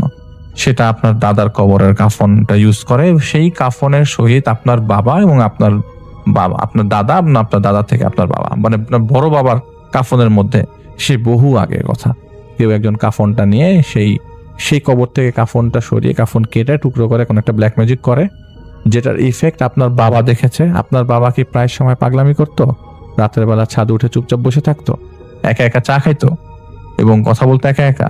তো সবাই বলে যে হ্যাঁ, আমার বাবা তো এরকম করতো, রাতের বেলা এরকম ছাদের মধ্যে বসে থাকতো, চুপচাপ একা একা হাসতো, একা একা চা খেত, এবং এটা শেষ বেলায় এসে প্রথম এরকম ছিল না। আমরা সবাই বলেছি যেহেতু বয়স হচ্ছে তিনি, আর যেহেতু উনি ক্যান্সারের রোগী ছিলেন, হয়তো এরকম কোনো কারণে হতে পারে। বলে না, এরকম কোনো কারণে না, ওনাকে আসলে উনি ইফেক্টটা পরে পেয়েছেন। ইফেক্টটা কোনো সময় অ্যাক্টিভেট হয়েছে, কোনো সময় অ্যাক্টিভেট হয় নাই। আসলে সেই কাফনের কাপড় ইউজ করে অন্য আরেকজনকে, যেটা আমরা জানি না, এটা আপনাদেরও রিলেটেড কেউ না, অন্য আরেকজনকে তাবিজ করা হয়েছিল আপনার বড় বাবার কাফনের কাপড় দিয়ে। সেটার থ্রুতে আপনার বাবা পর্যন্ত আসছে। এখন আপনার বাবাকে সেই একই কবরে দাফন করার পরে ওই জায়গা থেকে সেই আপনারা কি কবরের উপরে তো কবর দিয়েছেন, তাই তো? এখন ঘটনা হচ্ছে কবর উপর কবর দেওয়ার পর কি কি পেয়েছেন? তো বলে যে কবর উপর কবর দেওয়ার পরে তো আমরা একটা থ্রেশহোল্ড পাই, এবং যিনি কবর খুঁড়েছেন তিনি অনেক নিচে নেমে যায়, কবরে বড় গর্ত পায়, তো অনেক হাড় ছিল, সেগুলোকে আমরা পাশে কবর দিয়ে দিয়েছি, আর আমার মাটি ঢেলে আবার আমার বাবাকে নতুন করে কবর দেওয়া হয় সেই জায়গাতে। বলে এক কাজ করেন, সবই বুঝতে পারলাম, কিন্তু সেই জায়গাতে যেই জায়গাটার থেকে আসলে কাফনের কাপড় নেওয়া হয়েছিল এবং সেটা ওই কবরেরই কোন একটা অংশে পুঁতে দেওয়া হচ্ছে, সেই জিনিসটা সরানো হয়নি। সেটা সরানোর পরেও অনেক রিচুয়ালের মাধ্যমে সেটা পুরাতে হবে। তবে সেটা এখন যে অবস্থায় আছে সে অবস্থাতে এখন সেটা সেই জায়গায় যে না সরালে আপনারা কিন্তু রেগুলার খুব খারাপ জিনিসগুলো আপনারা আস্তে আস্তে দেখতে থাকবেন। এটা কিন্তু মানসিকভাবে আপনাদেরকে ডাউন করে দিতে পারে। তো আপনারা খুবই তাড়াতাড়ি এটার একটা ডিসিশনে নেন। আমি আমার সাথে যিনি আছেন তিনি বলেছেন যে এটা শিগগিরই না সরালে এই বাড়ির লোকজনরা বেশ বড় ধরনের সমস্যায় পড়তে পারে, এবং এটা কিন্তু খারাপ, এবং বারবার তারা আপনাদের বাবার চেহারা রূপ নিয়ে আপনাদের কাছে আসছে, নতুন নতুন জিন পাঠাচ্ছে আপনাদের বাড়িতে, যারা বিভিন্ন সময় আপনাদের বাসার ভিতরে ঘোরাফেরা করছে, আপনি দেখছেন, হয়তো এখন অন্য কেউ দেখছে না। এরই মাঝেই ভাড়াটিয়াদের মধ্যে থেকে নাকি বেশ কমপ্লেন আসে যে তাদের বাসার থেকে অনেক কিছুই গায়েব, অনেক কিছুই মিসিং। যেমন কিছু কিছু বইয়ের পাতা ছিল না, কিছু কিছু আরবি হাদিসের বইয়ের নাকি পাতা নাই। এরপরে বাথরুমের মধ্যে পানি টপ টপ পানির শব্দ, কেউ গোসল করছে পানির শব্দ, বাথরুমের মধ্যে ধস্তাধস্তির শব্দ, নিচতলাতে এরকম জিনিস কথা মানে ভাড়াটিয়ার এরকম কমপ্লেন করে। তো তারা জিনিসগুলো পরবর্তী সময় ম্যাচ করে বলে যে আমরা আসলে সলিউশনে যেতে চাই।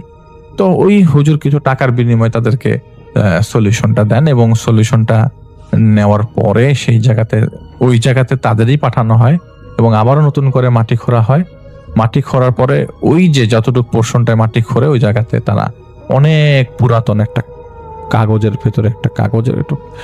ভিতরে কি একটা প্লাস্টিকের ভেতরে একটা কাপড় পায়। সেই কাপড়টা সাদা কাপড়, তো ওই সময় সাদা নাই, এটা কালার চেঞ্জ হয়ে গেছে। তো পরে এটা পেয়েছি, এবং এটাতেই হচ্ছে সেই টুকরা কাপড়টা রাখা হয়। সেই টুকরা কাপড়টা আসলে পানের যে কৌটা, সেটার মধ্যে টুকরা কাপড়টা রাখা হয়, এবং সেটা পরবর্তী সময় সেই হুজুর কাছে হস্তান্তর করলে সেই হুজুর এটাকে পুড়িয়ে ফেলা হয়। তারপরও কিছুদিন যাবৎ তার বাবার শব্দ নিয়ে আসছিল, এবং পরবর্তী সময় তারাও আস্তে আস্তে সরে যায়, এবং প্রায় 6 মাস লাগে তাদেরকে সরতে। এবং হুজুরের ওখানে আর কোনো ধরনের ফাংশন ছিল না, কারণ হুজুর পুড়িয়ে দিয়েছিল। কিন্তু তারা মাঝে মধ্যে এই বাসায় আসতো। পরবর্তী সময় পুরো বাড়িটা আবার নতুন করে, শুরুতে যখন বাড়ি তৈরি করা হয় তখন একবার ব্লক করা হয়েছিল, আবার নতুন করে সব ক্লিয়ার করে সেই বাড়িটা পুরোটা ব্লক করে দেওয়া হলে 1 বছরের মধ্যে আর কোনো ধরনের সমস্যা দেখা দেয়নি। এবং 1 বছরের মধ্যে তার একটা BCS এর পরীক্ষা ছিল, সেটা তিনি মিস করেন। পরবর্তী পরীক্ষায় পরে প্রস্তুতি নিয়ে এসে পরীক্ষা দেন। এতটুক পর্যন্ত তার সাথে তার ঘটনা ঘটে, এবং এটা ঢাকা শহরেই খুব বেশি দিন আগের ঘটনা না, আজকে থেকে প্রায় 7-8 বছর আগের ঘটনা, 7 বছর 8 বছর আগের ঘটনা ম্যাক্সিমাম। তো আমার কাছে ঘটনাটা বেশ ভালো লেগেছিল, এবং আমি বলেছিলাম সিফাতকে যে না, আমি ঘটনাটা শেয়ার করব। আমি শেয়ার করে ফেললাম আপনাদের সবার সাথে। সিফাতকে এবং সেই ভাইকে অনেক অনেক ধন্যবাদ।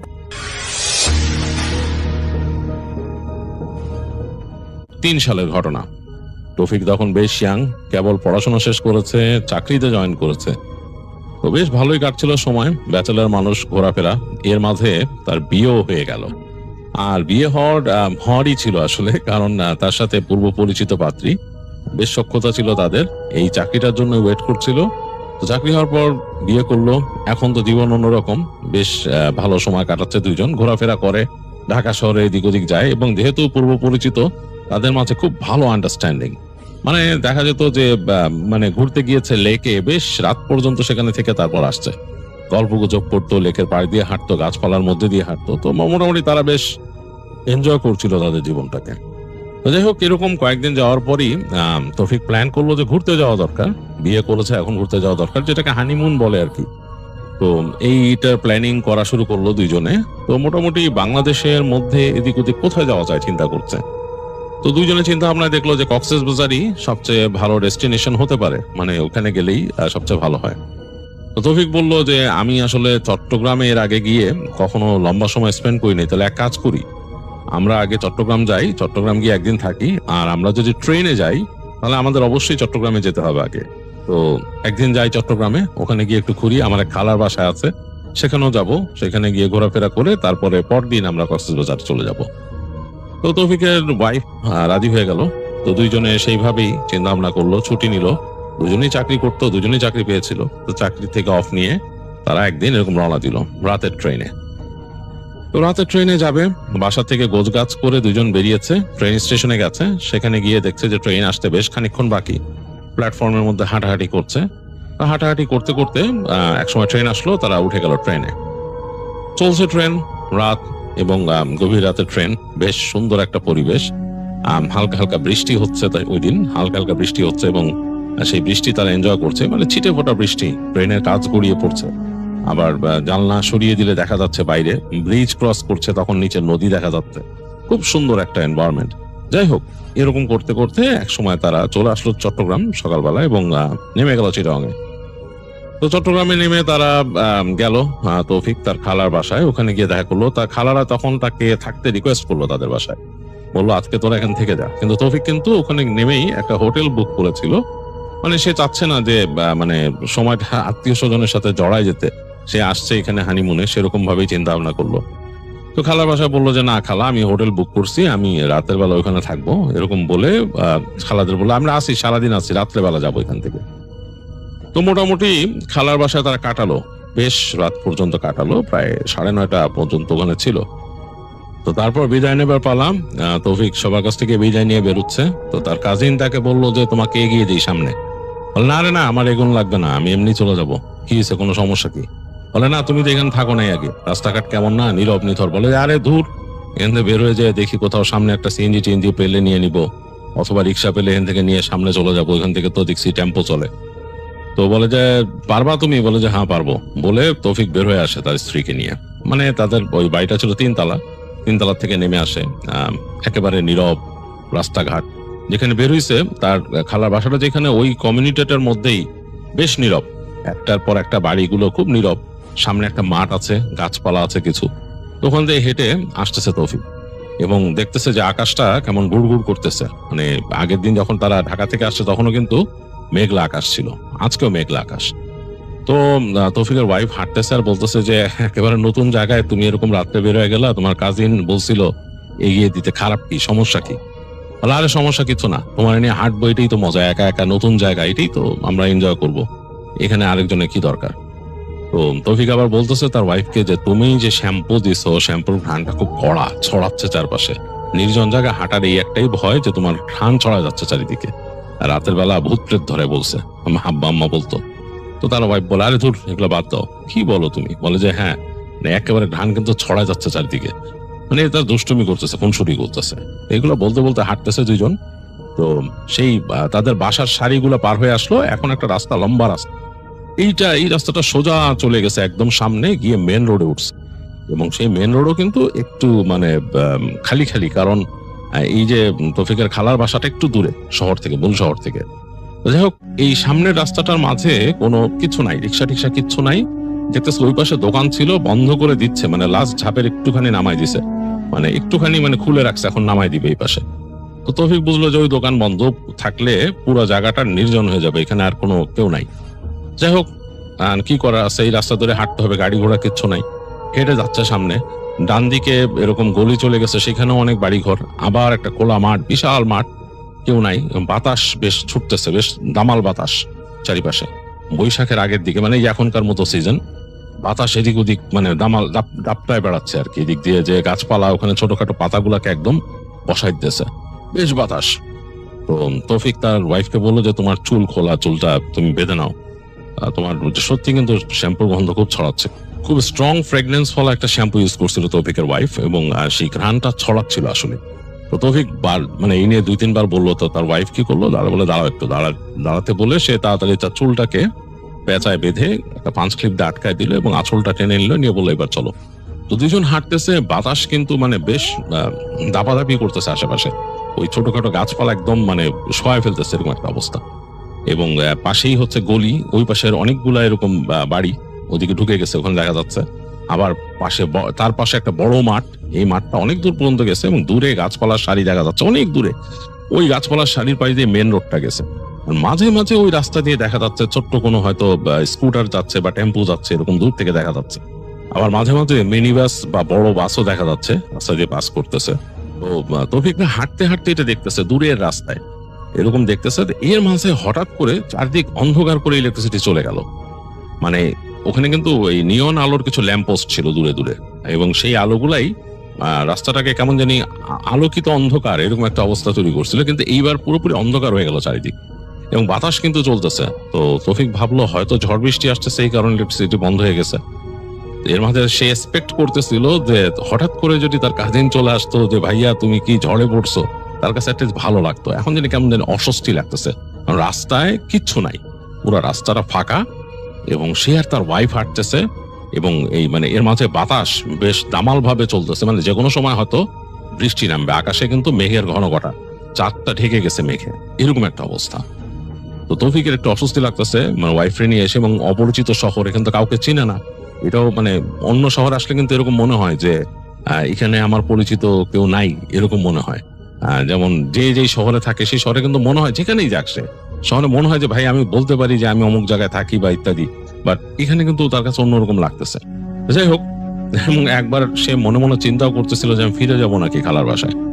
তো এগুলো ভাবতে ভাবতেই যাচ্ছে, তো তার ওয়াইফ বলতেছে তুমি এত কি টেনশন করতেছো? বলছে যে না, টেনশন লাগতেছে, হঠাৎ করে এরকম ঝড় বৃষ্টিতে পড়ে যেতেছি, তো বাতাস যেভাবে আসতেছে মনে হয় বৃষ্টিও আসতে পারে। তার ওয়াইফ বলে পা চালাও, তাড়াতাড়ি চলো। তো তারা হাঁটতেছে অন্ধকারের মধ্যে, আকাশের আলো যতটুকু আছে দেখা যাচ্ছে রাস্তা, এবং এখন দূরের ওই রাস্তা দিয়ে কিছু গেলে দেখা যাচ্ছে।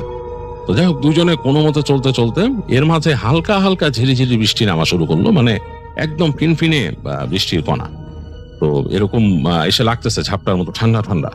তো তারা একসময় চলে আসলো মেইন রাস্তার উপরে, এসে দাঁড়ায় আছে, দেখতেছে রাস্তার দুই পাশ ফাঁকা, এবং তখন তারা যখন পৌঁছেছে তখন কিচ্ছু যাচ্ছে না। এর মাঝে অনেকক্ষণ পর তারা দাঁড়ায় আছে ওইখানে, বাতাস দাপাদাপি করতেছে। একবার চিন্তা করছিল হাঁটা দিবে কিনা, তৌফিক চিন্তা করছিলাম ওদিক চলে যাবো নাকি, থাকবো নাকি, তার ওয়াইফ মানা করলো। এর মাঝে দেখলো যে একটা টেম্পো আসতেছে, তা হাত দেখালো তৌফিক এরকম করে। তো টেম্পোটা এসে থামলো, তো টেম্পোতে উঠলো তারা দুইজন। দেখলো যে তারা দুইজনই, ওই টেম্পোতে আর কোনো যাত্রী নাই। যারা চালাচ্ছে, মানে যেই যারা ড্রাইভার আর কি চালাচ্ছে, তার মানে ড্রাইভারের সাথে হেল্পার, তারা দুইজনই। তো তৌফিক চিন্তা করলো যে এটা কেমন হলো, অপরিচিত শহর, আর এখানে দুইজন উঠছি, আবার অনেক রকম তো কথা শোনা যায়, হ্যাঁ, অপরাধের ব্যাপার স্যাপার শোনা যায়, একটু ভয় পাচ্ছে সে। এর মাঝে বসার কিছুক্ষণের মধ্যে মানে টেম্পোটা চলা শুরু করছে, এই সময় ঝুম বৃষ্টি হঠাৎ করে নামলো, মানে একেবারে প্রচন্ড জোরে, মানে তুমুল বর্ষণ, কঠিন অবস্থা। টেম্পোর যে হেল্পার সে বলতেছে যে স্যার ইটা খুলে দেন, ওই যেখানে তারপলিন আছে এটা খুলে দেন, নাহলে ভিজা যাবেন। তো তৌফিকরা ওই ইটা খুলে ফেললো, তারপলিন যেটা ছিল পাশে ওইটা খুলে দিল, খুলে তাড়াতাড়ি নিজেরাই সে আর তার ওয়াইফ মিলে বাঁধলো এই পাশে, ওই পাশেরটাও খুলে বাঁধলো। তুমুল বৃষ্টি দুই পাশে বাড়ি খাচ্ছে এসে, এবং মানে বলার মতো না, এবং অন্ধকার রাস্তা, মানে ইলেকট্রিসিটি চলে গেছে, এরকম একটা অবস্থা। তো এরকম ভাবে এক সময় যে ঠিক যেই মানে যেখানে তাদের ডেস্টিনেশন, সেখানে আগে যে একটা মোড় আছে, মোড়ের ওখানে টেম্পোটা থামলো, তখন বৃষ্টি হালকা কমছে। এখন নেমে তো যেতে হবে, তো কিছু করার নাই, টেম্পো তো এরপর যাবে না। তো ওইখানে কিছুক্ষণ বসে থেকে টেম্পোটাও রাখলো। তো তারা টেম্পোর যে হেল্পার বললো স্যার তাইলে কিছুক্ষণ বসতে পারেন বৃষ্টি থামা পর্যন্ত। তো কিছুক্ষণ বসে দুইজনে নামলো পরে টেম্পোর থেকে, এর মধ্যে ভাড়া টাড়া দিয়ে দিছে। তো নেমে চিন্তা হচ্ছে কই যাবে, কিচ্ছু নাই, মানে একদম দেখা যাচ্ছে রাস্তাঘাট ফাঁকা হয়ে গেছে, এবং পানি, রাস্তার মধ্যে পানি সামনের দিকে একদম, মানে বেশ বেশ পানি জমছে ওদিকে। তো দেখলো যে একটা রিক্সা আসতেছে, রিক্সাটাকে হাত দিয়ে ডাকলো, ডেকে বললো যে এরকম এরকম অমুক জায়গায়, যেখানে হোটেল ঠিক করছে ওই জায়গায়। রিক্সাওয়ালা শুনলো, শুনে বেশি ভাড়া চাইলো, বললো যে ভাই যাবো, কোনো অসুবিধা নেই। তো রিক্সাতে উঠে বসলো দুজন। উঠে বসে রিক্সা যাচ্ছে তাদেরকে নিয়ে, দেখতেছে পানি হয়ে গেছে তাদের রিক্সার যে মানে পা দানি সেই পর্যন্ত প্রায় পানি এখান দিয়ে। চলতে চলতে চলতে চলতে এক রাস্তায় নিয়ে আসলো, সেই রাস্তা দিয়ে যাচ্ছে। তো রাস্তার দুই পাশে দেখতেছে বৃষ্টিতে একদম ভিজে অন্যরকম অবস্থা, এবং আশেপাশে যে বাড়ি ঘরগুলা সেগুলো একদম নীরব হয়ে গেছে এই বৃষ্টিতে, এরকম কেমন একটা অবস্থা, ইলেকট্রিসিটি নাই এখানেও, এবং রিক্সাটা চলতেছে। তো তৌফিকের স্ত্রী তাকে ধরে বসছে, সেও একটু ভয় পাইতেছে, সে বেশ সাহসী মেয়ে কিন্তু ভয় পাচ্ছে। তৌফিক বলে কি ব্যাপার, তুমি ভয় পাইতেছো? বলে না, কেমন জানি লাগতেছে এরকম। তো যাই হোক, চলতে চলতে তারা আসলো যেখানে তাদের যে হোটেল, সেই হোটেলের সামনে আসলো, রিক্সা থেকে নামলো, রিক্সাওয়ালাকে যথারীতি ভাড়া দিল, এক্সট্রা ভাড়া দিয়ে রিক্সা বিদায় দিয়ে দিল। হোটেলের ভিতরে জেনারেটর চলতেছে, শব্দ পাচ্ছে, কিন্তু কেন জানি তাদের ওখানে দাঁড়ায় থাকতে বেশ ভালো লাগতেছে। গেটের সামনে এমনকি ওই যে দারোয়ানের কাছেও তারা যায় নাই, ওখানে দাঁড়ায় বলতেছে চলো আমরা একটু সামনে হাঁটি। ওই জায়গাটা আবার পানি নেই, ওই জায়গাটা একটু শুকনা। তো যাই হোক, দুজনে মিলে হাঁটতে হাঁটতে, মানে বৃষ্টি থেমে গেছে তো কেমন যেন লাগতেছে, তো হাঁটতে হাঁটতে সামনে গেল তৌফিক আর তার ওয়াইফ। তো যে দেখতেছে যে বাঁ দিকে একটা পুকুর, একটা বড় পুকুর, পুকুরের পাড়ে অনেকগুলো গাছ একদম নুয়ে পড়ছে পুকুরের উপরে, পাশের গাছগুলা। আর পানিটা জানি কেমন টলমল টলমল করতেছে, একটু আগে বৃষ্টি হয়েছে, বোঝা যাচ্ছে টলটল করতেছে। এবং মেঘটা একটু সরে গিয়ে হালকা চাঁদের আলো পড়ছে এখানে। তো তার ওয়াইফ বলতেছে যে খুব সুন্দর লাগতেছে না পানি? বলে হ্যাঁ। তো তৌফিক আস্তে করে নিচু হয়ে দেখতেছে সামনে কতগুলো ইট রাখা এরকম। তো সে বললো, তোমার একটা জিনিস দেখাই, দেখো তুমি এটা পারো? বলে সে ওই ইটের ওখান থেকে একটা চ্যাপ্টা টাইপের ইট নিছে, অনেকটা চারার মতো আর কি। তো সে ভিজা ভিজা। তো তার ওয়াইফরা বলতেছে, দেখো আমি চারা খেলি। বলে সে এরকম করে কাট করে পানিতে মারলো পুকুরের এখানে। তো মানে স্বাভাবিকভাবেই যেটা পুকুরে হয়, পানিতে সুইং করে করে ওইটা চলে গেল সামনে চারাটা। তার ওয়াইফ বললো যে এগুলো আমারই শেখাও, তারা আমিও পারি। তো বলে সেও চারা মারলো। তো তার ওয়াইফের চারাটা যখন মারছে, তখন যেখানে পানিতে পড়লো চারাটা, তারপর পানিটা যখন নাকি ওইটা সুইং করে একবার উঠে আবার গেল, সেই সময় মনে হলো পানির মধ্যে একটা নড়াচড়া। মনে হলো মানে বেশ মানে ভারী কেউ যদি সাঁতার কাটে, মানে ভেসে উঠে আবার ডুব দেয় যেরকম, সেরকম। বাট একটা মানুষের মতো সাইজ যদি করে সেরকম একটা নাড়াচড়া, এখানে ভুস করে উঠে ভুস করে এরকম করে গেল। তো তৌফিক বলে, আরে কি ব্যাপার, কি ব্যাপার, মানুষ নাকি, সাঁতার কাটে নাকি, এরকম বলছে। তার ওয়াইফ বললো, না না কি ব্যাপার, সে ভয় পেয়ে গেছে কাইন্ড অফ, মনে হচ্ছে তারে কেউ কিছু বলবে নাকি। তাকায় দেখতেছে পানির মধ্যে মনে হলো কেউ সাঁতরায় যাচ্ছে। সাঁতরানোটা অনেকটা কারো হাত বেঁধে দিলে যদি কেউ সাঁতরায়, মানে মাথা দিয়ে এরকম করে উঠে আবার ডুবে আবার সাঁতরায়, এরকম করে। এরকম করতে করতে এক পাড়ে গিয়ে ওটা থামলো। মনে হলো কেউ একজন থামলো, এবং ওই পাড়টার মধ্যে যেখানে সে থামছে সেই জায়গাটা বেশ অন্ধকার, ঝোপালো। এখান থেকে তৌফিক আর তার ওয়াইফ দেখতেছে। তো তারপর দেখলো মনে হয় পানির মধ্যে ভুসফুস করে পাড়ে উঠলো। পাড়ে যে উঠছে, ফিরে তাকাইছে ওখান থেকে, একটা অবয়বের মতো বুঝতেছে দূর থেকে তারা একটা মানে মানে কি বলে, একটা ফিগার, মানুষের ফিগারের মতো অন্ধকার। তাকাইছে এরকম। তাকানোর পর তারা খেয়াল করলো যে অনেকটা বিড়ালের চোখ যেরকম চলে, মানে বিড়াল যেরকম তাকাইলে অন্ধকারে মানে ফট করে জ্বলে উঠে, জাস্ট লাইক দ্যাট, ওইভাবে চোখ যেটা জ্বলে উঠছে, যেটা চোখ এক জোড়া। মানে ওইটা কি, ওরা চিন্তা হচ্ছে এটা কি। তৌফিক তাড়াতাড়ি তার ওয়াইফকে বললো, চলো এখান থেকে যাই। মানে সে ওইটারে মানে পছন্দ করে নি, সে বলে চলো তাড়াতাড়ি যাই। তো হেঁটে যাচ্ছে তারা তাড়াতাড়ি। তো বাতাস কিন্তু এর মধ্যে চলতেছে, হালকা হালকা বাতাস, যেহেতু বৃষ্টির পরবর্তী। তো তারা যখন পুকুরের এলাকাটা পার করে যাচ্ছে, মানে ওই পারে যেখানে পাড়টার মধ্যে উঠছে ওই জিনিসটা, বা মানে সেই ফিগারটা, সেই জায়গাটা তারা ক্রস করে যাবে। ওই পাড়টা চিকন পাড়, ওইখান থেকে হেঁটে গেলেই কিন্তু ওই জায়গায়, ওই যে গাছপালা যেখানে ওই জিনিসটা উঠছে, ঠিক ওই জায়গাটা তাড়াতাড়ি পার হয়ে যাবে। তো পার হওয়ার সময় হঠাৎ করে বাতাস হলো, তার ওয়াইফ বলে উফ করে উঠলো। বলে মনে হলো যে আমার মানে গরম বাতাস লাগছে আমার গায়ে, মানে প্রচন্ড গরম, এবং মনে হচ্ছে আমার চুলগুলো ছিঁড়ে দিয়ে গেছে কিছু, এখনো জ্বলতেছে এই জায়গায় মাথার এখানে। তবে বলছে, কি বলো তুমি এরকম? বলে যে আরে না, তুমি বিশ্বাস করো, অনেকটা ওই যে ফ্যাক্টরির কোনো ফ্যানের কাছে দাঁড়াইলে, বাইরে যে এক্সস্ট ফ্যানের পাশে দাঁড়াইলে যে গরম বাতাস বের হয়, সেরকম গরম বাতাস লাগছে। আর চুলটা মনে হচ্ছে একদম টান দিয়ে ছিঁড়ে দিয়ে গেছে কিছু। তাই বলে সে মাথার দিকে ধরে রাখছে। তো তৌফিক বলে, আচ্ছা তাড়াতাড়ি চলো বলে হাঁটতে হাঁটতে তারা চলে গেল তাদের হোটেল যেটা ছিল, হোটেলের গেটের কাছে। ওইখানে যে গার্ড ছিল, গার্ডকে যে বললো যে আমরা এখানে উঠছি এরকম, এই সে বলার পর তো গার্ড দরজা খুলে দিল। তারা ভিতরে গেল, ভিতরে গিয়ে লবি পার হয়ে গেল। লবিতে কোনো মানুষজন নাই এবং রিসিপশনও নাই। তো সোজা গেল তারা সিঁড়িতে গিয়ে 3 তলায় উঠে গেল। তো সিঁড়িতে মধ্যে কোনো মানুষজন আসা যাওয়া করে নাই। উপরে যখন উঠতেছে 2 তলা পার হচ্ছে, তখন দেখে ওখানেও মানুষ নাই, পুরো হোটেল ফাঁকা। যাই হোক 3 তলায় গেছে, যে দেখতেছে যে হ্যাঁ ডান দিকের যে করিডোরটা, ওখান দিয়ে গেলে মাঝামাঝি হচ্ছে তাদের রুম। তো ওখান দিয়ে হেঁটে গিয়ে মানে এই যে তাদের যে ফ্লোর যেখানে তারা থাকতেছে, এইখানেও তার কাছে মনে হচ্ছে রাতের বেলা কোনো মানুষজন নাই, একদম নীরব শান্ত। হোটেলে কিন্তু 2-1 মানুষ হাঁটা চলা করে বা ওখানকার কর্মীরা চলাফেরা করে, তো এখান থেকে কেউ নাই। তো তৌফিক মনে করতেছে যে হয়তো এমন হতে পারে যে এই বৃষ্টির রাত, এরকম সময় এমনি রাত হয়ে গেছে, মানুষজন হয়তো এখানে আসা যাওয়া করে না রাতে এত। আর সে হোটেলটাও নিচে একটু নির্জন জায়গায়। তো যাই হোক সে রুমে ঢুকলো। রুম আগের মতোই আছে, যেভাবে যে জিনিসপত্র রেখে গেছিল দুপুরবেলা সেরকম ভাবেই আছে। তো ঢোকার পর দেখতেছে যে তার ওয়াইফ ওই মাথাটা এরকমই করতেছে, সে ডলতেছে হাত দিয়ে। তো ধৈক বললো, কি হয়েছে তোমার, দেখি তো কি ব্যাপার। তো যে তার ওয়াইফের এখানে মাথার এখান থেকে আঁচলে টেনে রাখছিল, ওটা সরাই এখানে ধরে দেখলো যে আসলেই মনে হচ্ছে লাল হয়ে গেছে জায়গাটা। এবং মানে চুল যদি কেউ টেনে এক গাছে নিয়ে যায় কয়েকটা, যেরকম হয় সেরকম মনে হচ্ছে এখন লাল হয়ে রক্ত জমাট বেঁধে গেছে কয়েকটা। ও একটু অবাক হয়ে গেল যে কি ব্যাপার, এবং তারপর দেখলো তার একটু নিচে আঁচড়ের মতো এরকম, মানে এমন হচ্ছে যে কেউ একটা নখ দিয়ে এরকম আঁচড় কেটে গেছে, মানে কাঁটার মতো, মানে এরকম জোরে আঁচড় দিয়ে গেছে, বেশ খানিকটা গভীর হয়ে গেছে, মানে হালকা রক্ত জমে আছে ওইখানে। তৌফিক বললো এগুলো কেমনে কি? আরে তুমি নিজে আছড়াইছো বা কিছু একটা, ক্লিপ লাগানোর সময় হয়েছে নাকি? তখন বলে আরে বাদ দাও তো, এগুলা কিচ্ছু না, কিভাবে হয়েছে আমি জানি না, একটা গরম বাতাসের মতো লাগলো আমার। মানে সে কেমন জানি মানে রাগ করতেছে তার ওয়াইফ, মনে হলো যে বিরক্ত একদম, মানে তার মুডটাই চেঞ্জ হয়ে গেছে। রফিকের কাছে অবাক লাগলো যে ও এরকম করে না তো সাধারণত, এরকম মুড সুইং ওর হয় না। তো সে একটু অবাক হলো, দেখলো যে তার ওয়াইফ চলে গেল বাথরুমে। তো তৌফিক বসে আছে, তাকায় দেখতেছে তাদের রুম থেকে তাদের যে বেডটাই পাশে, তার ওই পাশে হচ্ছে একটা জানালা, বড় জানালা, এবং ওই জানালাটা এরকম খুললে দূরে দেখা যাচ্ছে বেশ ফাঁকা জায়গা, তারপর গাছপালার বেশ উপরের অংশ দেখা যাচ্ছে, এবং তারপর সম্ভবত মানে ওইখান থেকে বেশ খানিকটা দূরেই ওই পুকুরটা, আর দূরে পাহাড়ের একটা দেখা যাচ্ছে যে ওখানে পাহাড় আছে, মানে জায়গাটা ওই দূরে এই গলি দিয়ে হয়তো একদম সোজা চলে গেলে ওই ছোট ছোট টিলার টাইপের পাহাড় আছে ওখানে। তো তৌফিক আস্তে করে উঠে গিয়ে জানলাটা এরকম স্লাইড করে খুললো, মানে ওই পাশে লকটা খুলে জানলা স্লাইড করে সরাই দিল পাশে, মানে অ্যালুমিনিয়ামের ফ্রেমের জানালা। তো জানলা সরে যাওয়ার পরে দেখলো যে এক ঝাঁক বাতাস ঢুকলো করে, বেশ দমকা হাওয়া বাইরে। তো মনে হচ্ছে আবার ঝড় বৃষ্টি হতে পারে রাতের বেলা, মানে বেশ বাতাস ঢুকলো, মানে ঘরটা ঠান্ডা হয়ে গেল, মানে এসি চালান লাগবে না সে বুঝতেছে। বেশ ভালোই লাগলো তার কাছে। পর্দাটা এই পাশে ছিল, পর্দাটা পটপট করে উঠতেছে, সেটাকে সে গুজে দিয়ে সে হেঁটে গেল এই পাশের তার মানে রুমের আরেক সাইডে, সেখানে দরজা আছে বারান্দায় যাওয়ার।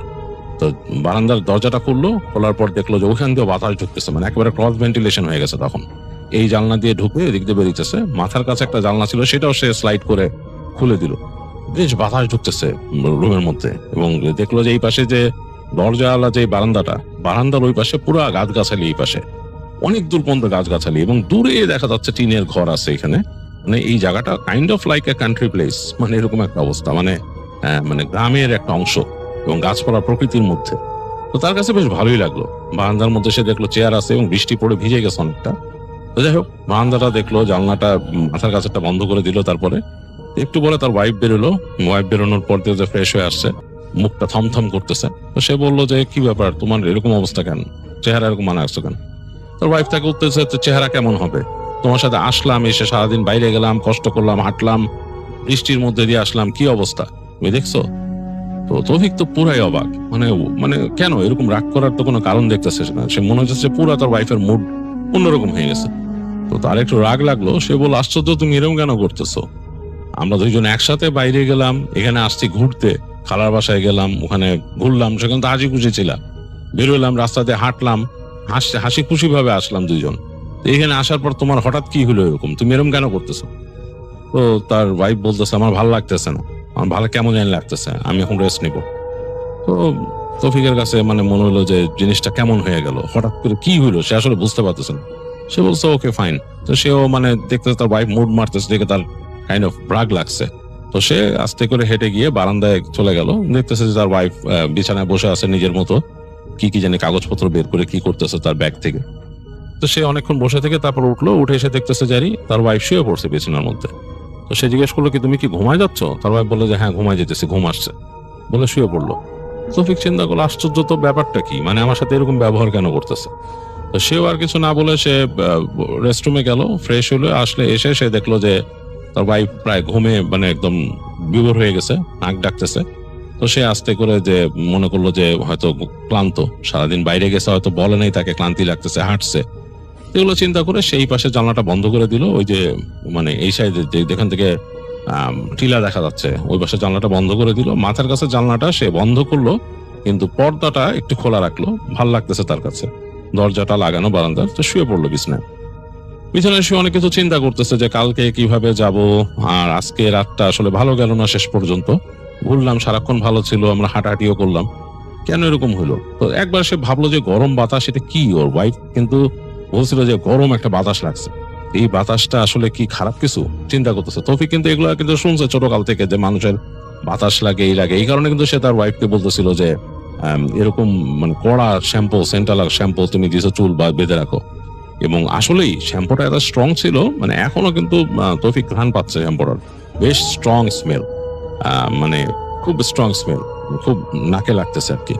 তো ওই জন্যই বলছিল সে, তো চিন্তা করলো ওই গরম বাতাস এটা কি, আবার ওই যে ঢিল মারলো এটাও মনে পড়লো এটা কি দেখছে তারা, কিছু একটা সাঁতরায় উঠছে। চিন্তা করতেছে এটা কি কোনো প্রাণী বা এরকম উটবিড়াল টাইপের কিছু, এটা ওইখানে কিভাবে আসবো পুকুরের মধ্যে, এরকম ভাবতেছে। ভাবতে ভাবতে সে চিন্তা করলো যে এগুলো নিয়ে আর কি ভাববো, কালকে যাবো, এরকম করতে করতে ঘুমায় গেল এক সময়। তো তৌফিক ঘুমায় গেছে অনেকক্ষণ, তার আর কিছু খেয়াল নাই। তো এর মাঝে হঠাৎ তার ঘুম ভাঙছে কি প্রচন্ড শব্দে, কড়কড় কড়কড় করে বাজ পড়তেছে, মানে প্রচন্ড বাজ পড়তেছে এবং জানালার মধ্যে মনে শো শো বাতাস বাড়িতেছে, মানে দুই পাশের জানালায় শব্দ হচ্ছে। সে হঠাৎ করে তাকায় দেখছে মাথার কাছে, মানে তার মাথার কাছে যে জানলা সেটার মধ্যে হয়তো একটু খোলা রাখছিল, মনে হচ্ছে চশ করে শব্দ হইতেছে, বৃষ্টির পানি এসে লাগতেছে, বাতাসের চাপ লাগতেছে, আর জোরে জোরে মেঘ ডাকতেছে, মানে ঝড় হচ্ছে আর কি। তো তৌফিক চিন্তা করলো যে ঘুম কি ঝড়ের শব্দে ভাঙলো, এই মেঘ ডাকার শব্দে ভাঙলো। এই চিন্তা করতে করতে দেখতেছে যে তার ওয়াইফ পাশে নাই, তার বিছানা নাই। তো তৌফিক চিন্তা করলো হয়তো রেস্টরুমে গেছে। রুম কিন্তু অন্ধকার, রুমের মধ্যে আলো নাই, এবং রেস্টরুমের দিকে সে তাকাইলো, দেখলো যে রেস্টরুমের নিচ দিয়ে আলো আসতেছে, দরজার নিচ দিয়ে হালকা আলো বেরোচ্ছে। ভাবলো হয়তো রেস্টরুমে গেছে হয়তো। এই সময় সে শব্দ পেল তার বিছানার পাশে, একটু মানে মানে কেমন একটা শব্দ। তো চিন্তা করলো কি, মানে এখানে বিছানার পাশে কি শব্দ। তো এইভাবে করে তাকায় দেখতেছে যে চুল দেখা যাচ্ছে, তার ওয়াইফের চুল এরকম ওখান দিয়ে, মানে বিছানার ঠিক লেভেলে, মানে বিছানার লেভেলে চুলগুলা, মাথাটা মনে হচ্ছে বিছানার থেকে সে নেমে খাটের নিচে কিছু খুঁজতেছে, হাঁটু গেড়ে বসে এরকম আর কি। তো তৌফিক ওই যে ঘ্রাণটা তার কাছে নাকে লাগতেছে, যে ওই ওয়াইফের যে শ্যাম্পুর ঘ্রাণটা সে নাকে লাগতেছে। তো সে বলতেছে যে কি ব্যাপার, তুমি ঘাটের নিচে কি খুঁজতেছো রাত্রেবেলা? তো ওখান থেকে শুনতেছে হ্যাঁ, মানে তার ওয়াইফ বলতেছে হ্যাঁ। হ্যাঁ যেটা বলছে তার স্ত্রী, এই শব্দটা তার কাছে মানে কণ্ঠটা কেমন যেন একটু অন্যরকম লাগছে। সে মনে হলো যে মানে ঠিক ওয়াইফের কণ্ঠটা এরকম না, এরকম লাগলো। তো তারপর সে বললো খাটের নিচে কি করতেছো, কি ব্যাপার এইভাবে কথা বলতেছো, কারণ আমি তো বুঝতেছি না তোমার গলা কি হচ্ছে। তো দেখলো যে তার ওয়াইফ মাথাটা তুললো খাটের নিচ থেকে, মানে খাটের নিচে তাকায় ছিল, ওখানে মাথাটা তুললো। ঘরের মধ্যে কিন্তু এই যে ঝড় হচ্ছে, ঝড়ের কারণে বারবার বাইরে বজ্রপাতের ফ্ল্যাশ হচ্ছে, মোটামুটি আলো আছে, আকাশের আলো প্লাস এই বজ্রপাতের আলো, দুইটা মিলাই কিন্তু ঘরের মধ্যে হালকা একটা আলো আধারি সৃষ্টি হয়েছে, এবং ভালোই আলো দেখা যাচ্ছে। এর মধ্যে সে দেখলো তার স্ত্রী মুখ তুলছে, মুখটা সে বুঝতে পারতেছে না, মুখের জায়গাটা অন্ধকার লাগতেছে, কিন্তু চোখটা মনে হচ্ছে পুরা সাদা, চোখের মধ্যে মনি নাই, মানে চোখটা পুরা হোয়াইট, মানে হোয়াইট অংশটাই পুরা। এবং কয়েক সেকেন্ডের মধ্যে তার কিন্তু দৃষ্টিতে এই আলো আধারিটা সহ্য হয়ে গেছে, মানে সে নর্মাল দেখতে পাচ্ছে। তখন সে দেখতেছে এটা তার ওয়াইফ না, চেহারাটা অন্যরকম, কালচে, মানে পুরা ডার্ক একটা ফেস, মুখটা বোঝা যাচ্ছে না, মুখের শুধু অবয়ব, এবং মুখের যে অংশটা সাদা, চোখ ছাড়াও বুঝতে পারছে এটা তার ওয়াইফ। এবং চুলগুলাও তার ওয়াইফের মতো না, দুই পাশে পড়ে আছে চুলগুলা, লম্বা চুল দুই পাশে পড়ে আছে, এবং তার দিকে তাকায় এরকম করে হাসতেছে। সে ঠোঁটটা যে ফাঁক করছে, ঠোঁটের মধ্যে দিয়ে দাঁতটাও সে দেখতে পাইছে। আর তারপর তখন তার দৃষ্টিগোচর হলো যে শরীরটা, দেখতেছে পিঠটা খালি, পিঠের উপর মানে জাস্ট একটা শাড়ির মতো কাপড়ের মতো দেয়া, মানে এই কাঁধের অংশটা পুরা খালি। তো সে বুঝতে পারছে এটা তার ওয়াইফ না, এবং সাথে সাথে ওই যেটা ওখানে নিচু হয়েছিল সে হাত দিয়ে সামনে বাড়ায় তৌফিকের হাতটা ধরছে, ঠান্ডা একটা বরফের মতো ভিজা হাত। এবং তৌফিক পুরা বুঝতে পারছে যে হাতের যে আঙ্গুলগুলা মনে হচ্ছে চোখা চোখা, এরকম আঙ্গুলের নখ টক সব চোখা এরকম ধরছে। তার সামনে হ্যাস করে একটা সাউন্ড করলো কণ্ঠ দিয়ে, ওইটা মানে যে তাকে ধরছে, এটা আসলে কোনো মানে তার ওয়াইফ তো নাই, এটা কোনো মানে পেটনি বা পিশাচ এরকম কিছু একটা তার হাতটা ধরছে। তৌফিক হাত ছাড়াইতে পারে না, হাতটা মনে হলো পুড়ে গেল তার। প্রচন্ড জোরে ঝাড়া মারছে তৌফিক, প্রচন্ড জোরে হাত ঝাড়া মারছে। ঝাড়া মেরে সে আসলে তখন হিতহিত জ্ঞান হারায় ফেলছে। সে লাফ দিয়ে বিছনা থেকে নেমে গেছে, বিছনা থেকে নেমে দৌড় দিয়ে গেল, ঘরটা অন্ধকার। সে ওখানে ওই যে সুইচ বোর্ড আছে, সুইচ বোর্ডের উপর যে পড়ে সে সুইচটা দিল, লাইটের সুইচটা দেওয়ার সাথে সাথে মনে হলো ধপ করে একটা শব্দ হলো, মানে খুব দ্রুত কোনো মানুষ যদি দৌড়ায় মুভ করে সেরকম একটা শব্দ হইলো, আর ওইটা নাই ওই জায়গায়। তার কাছে কেন জানি মনে হচ্ছে যে বিছানার নিচে ঢুকে গেছে, ওইটা তার খাটের নিচে ঢুকে গেছে। তৌফিক তো ভয়ে থরথর করে কাঁপতেছে, কি করে বুঝতেছে না। তো সে চিন্তা করছে তার ওয়াইফ কই। বাথরুমের মধ্যে সে বাতি জ্বালানো দেখছে, যে বাথরুমে যে বাতি জ্বলতেছিল, ওই যে নিচে লাইট ছিল, সে দৌড় দিয়ে গেল বাথরুমের দরজার দিকে, নবটা সে ঘুরাইলো, সাথে সাথে বাথরুমের দরজা খুলে গেল। তো দরজা খোলার পর সে দেখতেছে বাথরুমের যে ইটা, মানে এই যে বাথটাব ছিল একটা কর্নারে, সে বাথটাবের মধ্যে তার ওয়াইফ পড়ে আছে, চুলগুলা ছড়ানো চারিপাশে, এবং তার কতগুলা চুল মাথার থেকে, মানে এই জায়গায় মাথার থেকে চুল ছিঁড়ে ফেলছে কয়েক গোছা টেনে, এগুলা পড়ে আছে বাথরুমের ফ্লোরের মধ্যে, এবং একটা কল ছাড়া সেটা দিয়ে পানি যাচ্ছে। তো তৌফিক তো প্রচন্ড ভয় পেয়ে গেছে, আসলে তার মানে হিতহিত জ্ঞান সে শূন্য। সে এক লাফ দিয়ে চলে গেল বাথটাবের কাছে, তার ওয়াইফকে টেনে সে ওখান থেকে তুললো, সে মানে জ্ঞান নাই তার। তো সে হাত ধরছে, হাত ধরে বুঝতেছে, গলার কাছে হাত দিয়ে দেখতেছে যে হ্যাঁ তার চলতেছে, পালস চলতেছে। বুঝলো ওয়াইফ ঠিক আছে, কিন্তু মাথায় যে চুল টেনে টেনে কেউ ছিঁড়ে ফেলছে এখান থেকে, সেটা সে দেখতেছে, চুলের গোছা পড়ে আছে কয়েক। সে টান দিয়ে তার ওয়াইফকে অনেক কষ্টে, মানে এত ওজন বেড়ে গেছে বলার মতো না, পুরা সেন্স নাই, তো পুরা সেন্সটা ছেড়ে দিচ্ছে তার ওয়াইফ। অনেক কষ্টে সে টেনে তুলে সে নিয়ে আসতেছে, সে পারতেছে না, এরকম একটা অবস্থা। তারপরে মানে একটা হালকা মানুষও যে কত ওজন হয়ে যায় সেটাই সে চিন্তা করে বুঝতে পারতেছে, যে পুরো সেন্স যদি না থাকে। কোনো মতে পাজা কোল করে ওয়াইফকে তুলছে, মানে সে বাঁকা হয়ে যাচ্ছে ওজনের চোটে। তারপর সে কোনো মতে মানে হেঁটে হেঁটে বাথরুম থেকে বেরিয়েছে, বের হয়ে তার বিছানার দিকে নজর গেল। বিছানার মানে ওইখান তো সে ভয়টা পাইছে এবং একটা শব্দ পাইছে, যেটা কই গেছে, ভয়ে থরথর করে কাঁপতেছে। ওই বিছানায় সে যাবে কিনা সেটাও চিন্তা করতেছে। আমার ওয়াইফকে এই অবস্থায়, বেশ অগোছল অবস্থায় তার ওয়াইফ, সে যে নিয়ে যাবে ঘরের বাইরে, এটাও সে চিন্তা করতে পারতেছে। তো সেই পাশে যে তাদের ওখানে একটা কাউচ ছিল আর কি, মানে 2 সিটার একটা সোফা ছিল, ওইটার উপরে নিয়ে কষ্ট করে ওয়াইফকে সে শোয়াই দিল। শোয়াই দিয়ে সে চিন্তা করছে সে কি করবে, বিছানাটা প্রচন্ড ভয় লাগতেছে, তার সাউন্ড শুনে মনে হয়েছে ওই জিনিসটা বিছানার নিচে আছে। সে তখন মানে খুব প্রচন্ড রকম ভয়, এর আগে কিন্তু তৌফিক কখনো এরকম প্র্যাকটিসিং মানুষ ছিল না বা চিন্তা করতো না, কিন্তু ওই দিন সে ভয়ে দোয়া পড়া শুরু করে। যতটুকু যা শিখছিল ছোটবেলায়, সে দোয়া পড়তে পড়তে আস্তে আস্তে সে খাটের ওখানে যায়, যে চাদরটা সরায় খাটের নিচে উকি দেয়।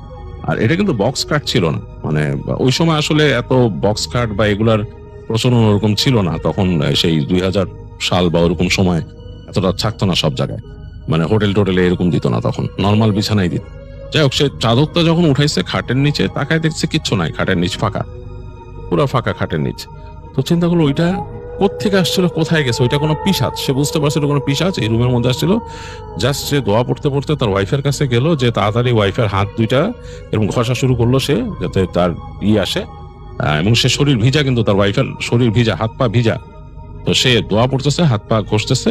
অনেকক্ষণ পর তার ওয়াইফের সেন্স আসছে, কেমন করে তাকাইতেছে তার ওয়াইফ উদ্ভ্রান্তের মতো, মানে সে বুঝতে পারছে মানে অবাক হয়ে কেমন করে উদ্ভ্রান্তের মতো। তো বলতেছে তৌফিক যে আমি আসি তোমার কাছে, অসুবিধা নাই, আমি আসি, কি ব্যাপার তোমার, ঠিক আছো তুমি?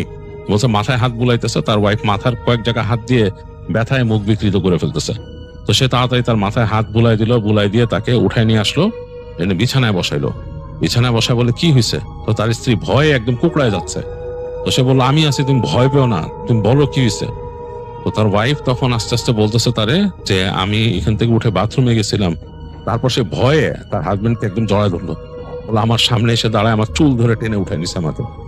ভয়ে সে একদম মানে কাঁপতেছে, থর করে, মানে সে বেহুশ হয়ে যাবে এরকম একটা অবস্থা, একদম অ্যাবনর্মাল অবস্থা। তো তৌফিক ভয় পেয়ে গেছে, তৌফিক আসলে কি করবে সে দিশা পাচ্ছে না। তো তখন সে তার হঠাৎ মনে হলো যে এখান তো ইন্টারকম আছে, যে সে একটা চাদর দিয়ে তার ওয়াইফকে ভালো মতো পেঁচাই দিল, বললো তুমি পেঁচাই, তুমি শো, আমি আসি, তোমার বাদ তুমি টেনশনই করো না। ওয়াইফকে পাশে শোয়ায় রেখে সে ইন্টারকমে ডায়াল করলো নিচে ওই যে রুম সার্ভিসকে।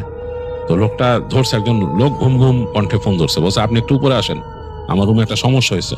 লোক বলছে কি সমস্যা? বলে আপনি আসেন তাড়াতাড়ি বলতেছে, মানে খুব রাগ করে বলছে তৌফিক। তো বেশ খানিকক্ষণ পরে দেখলো লোকটা আসছে, এতক্ষণ সে তার ওয়াইফের হাত ঘষতেছিল মানে উষ্ণ করার জন্য। তো লোকটা আসলো, বললো যে আপনাদের হোটেলে কি ভূত আছে? একদম সত্যি কথা বলবেন, আপনাদের সম্বন্ধে আমি শুনছি এর আগেও, মানে এটা সে একটু বাড়তি বলছে, এটুকু কিছু না। বলে যে আমার ওয়াইফকে এখানে এরকম ভাবে একটা করছিল, সত্যি কথা বলেন। তখন লোকটা বলে যে স্যার এখানে ভূত টুত এরকম জিনিস তো আসলে আমরা এরকম শুনি নাই, মানুষজন তো আছে এখানে, মানুষজন এলাকার মানুষজন তো কত কিছু এদিক ওদিক দেখে, বাট হোটেলে ভূত আছে এরকম কিছু নাই স্যার, সত্যি কথা বলতেছে আপনারা। তো সে বলে যে আমি একটু আগে আমার রুমের মধ্যে সমস্যা হয়েছে সে। তো লোকটারে বলে যে এখন কি করা যায়? লোকটা বলে কি করেন স্যার, দোয়া পড়েন, ভূত টুত দেখলে মানুষ দোয়া পড়ে, কিন্তু এইখানে আমাদের হোটেলে কিন্তু এরকম কিছু নাই, আমরা শুনি নাই। তো সে বলে যে আমি আসি স্যার, কোনো সমস্যা হলে ডাইকেন, আর কিছু লাগবে আপনাদের? তখন বললো যে পারলে আমাদের একটু কফি টফি এরকম দেন এই সেই। তো বললো স্যার আছে, রাতে ব্যবস্থা আছে, এটা আনতেছি, আমি দিয়ে যাচ্ছি, আর কোনো সমস্যা হলে আমার কল দিয়েন, আসি আমি। তো তৌফিক আর কথা বাড়ায় না, লোকটাকে চলে যেতে দেয়। তো সে তার ওয়াইফের পাশে বসে বসে দোয়া পড়ে আর হাত পাই করে দেয়, বলে যে কি হয়েছে, বলে ওয়াইফ বলছে মাথায় ব্যথা বিভিন্ন জায়গায়। তো দেখলো মাথায় হাত দিয়ে, তো তার সে বলতেছে যে তাকে এরকম চুল ধরে নাকি উঠায় নিছে। সে রেস্টরুমে গেছিল রাতের বেলা, উঠে তৌফিক কার জায়গায় নাই, সে রেস্টরুমে গেছিল এবং তাকে নাকি চুল ধরে, সে যখন বসছিল বাথরুমে হঠাৎ করে মনে হচ্ছে তার সামনে কেউ আছে এবং সে একটা কালো অবয়বের মতো দেখছে, হইতে পারে কোনো নারী বা কিছু, তার চুল ধরে নাকি তাকে টেনে ওখান থেকে উঠাইছিল, উঠায় নাকি ঝাঁকি দিয়ে তাকে ফেলছে নিয়ে ওই যে বাথটাবের মধ্যে। এবং এখানে সে তখন ভয়ে সাউন্ড করতেছিল এবং সেই সাউন্ডটা বেরোতেছিল না তার কণ্ঠ দিয়ে, এরকম মানে বলতে বোবার মতো তাকে চেপে ধরছে এবং এক সময় সে আসলে সেন্স হারায় ফেলে।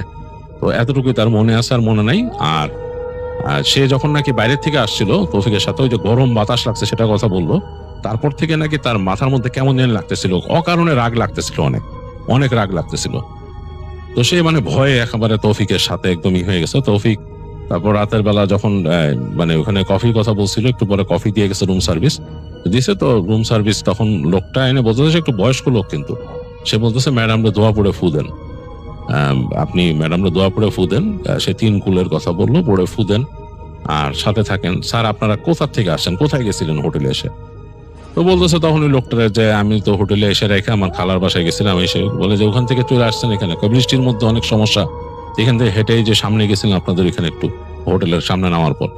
তখন লোকটা গম্ভীর হয়ে বললো যে জায়গাটা ভালো না স্যার, এই রাস্তার ওই দিক দিয়ে একদম সোজা গেলে এখানে পাহাড় স্যার, একদম দেখেন না গাছপালা বাড়িঘর নাই, একদম এই জানলা দিয়ে তাকালে তো দূরে দেখেন, শান্ত ওদিকে যাওয়াটা ঠিক না, রাতের বেলা গেছেন। তো তখন তৌফিক ওই হোটেলের লোকটাকে বলে যে সে কি দেখছিল ওইখানে, যে পুকুরের পাড়ে ওই একটা ঢিল মারছিল এরকম।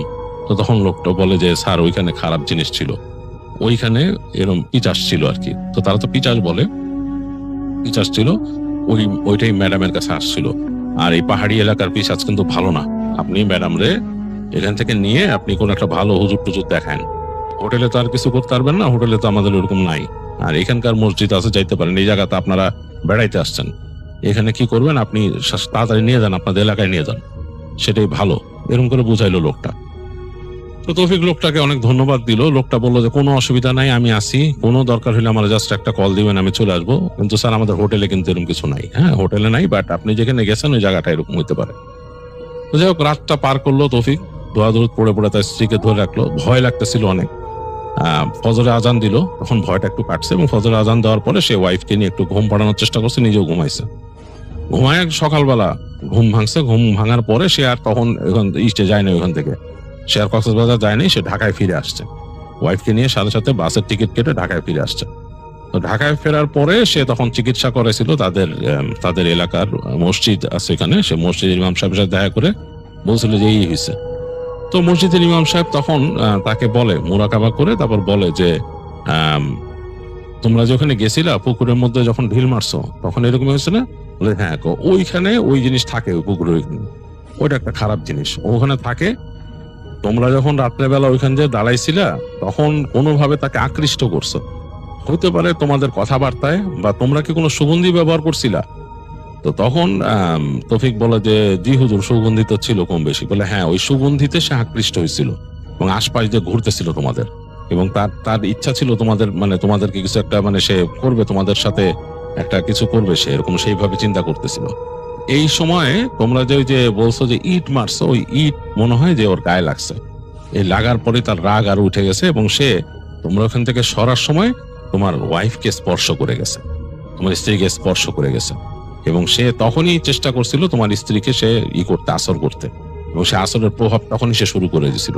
এবং রাত্রেবেলা যখন ওই যে বাথরুমে তোমার স্ত্রী গেছিল তখনই সে তাকে আসর করে এবং ওই যে তোমার স্ত্রীর কাছ থেকে সুগন্ধি পাইছে এবং তার জন্য তার ভিতরে হিংসা ছিল। এটা একটা মেয়ে, এটা একটা মানে খারাপ জিনিসের মধ্যে মেয়ে জিন আর কি, মেয়ে বদ জিন। তো সে এর জন্য তোমার স্ত্রীকে ক্ষতি করতে চাইছিল, এই যে চুল টুল ছিঁড়ে ফেলছে যে এই কারণে। তো তখন বলে যে তৌফিক বলতেছে যে হ্যাঁ হুজুর এরকম, আমি অনেক চুল পড়া দেখছি এখানে। বলে যে হ্যাঁ যাই হোক, তুমি এগুলাই করো না, আর এরকম ভাবে এই সুন্দর করে ঘ্রাণ দিয়ে রাতের বেলা মেয়েদের এরকম চলা ঠিক না, নিষেধ। এরকম সুগন্ধি ব্যবহার করে রাতের বেলা এরকম ঘোরাঘুরি করাটা ঠিক না, এইসব খারাপ জিনিসের চোখ পড়ে। আর চুল হচ্ছে একটা মাধ্যম যেটা দিয়ে তারা প্রবেশ করে মানুষের শরীরে। চুল একটা, হাতের নখ একটা, হ্যাঁ নখ চুল, এগুলোর মধ্যে দিয়ে তারা প্রবেশ করে, নাক দিয়েও প্রবেশ করে।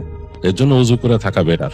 তো যাই হোক, হুজুর এগুলো বলে বোঝায় তাদেরকে উজু হালতে থাকা, চুলটাকে বেঁধে রাখা, ঢেকে রাখা, তারপর সুগন্ধি রাতের বেলা এরকম ব্যবহার করে চলাফেরা না করা, রাতের বেলা কোনো এরকম ওয়াইল্ড জায়গায়, পুকুর বা এরকম জায়গায় যে ঘোরাফেরা না করা, অকারণে ঢিল না মারা বা গরম পানি ফেলে না দেওয়া। অনেকে আছে যে পুরুষ মানুষ যে রাস্তার এদিক ওদিক জল বিয়োগ করতে যায়, এটাও এইসব সবকিছু মানা করে। তখন হুজুর বলে যেগুলো করো না। আর উনি পানি পড়ে দেন, পানিতে ফু দিয়ে দেন, বলে যে এই পানিটা খাওয়াও তোমার স্ত্রীকে, বাসায় জমজমের পানি থাকলে ওটার সাথে মিলায় খাওয়াও, আর দোয়া পড়ো বাসার মধ্যে দোয়া দুরুদ পড়ো, সূরা বাকারা তেলাওয়াত করো, এবং আরো বলে 3 কুল পড়ে ফু দিও, রাতের বেলা ঘুমানোর সময় পড়ে 3 কুল পড়ে 3বার করে 3 কুল পড়ে ফু দিবা 2 হাতের মধ্যে, তারপর সারা শরীরে মাসেও করে ঘুমাবা, আয়াতুল কুরসি পড়বা। এগুলা বলে রফিককে বিদায় দেয় হুজুর।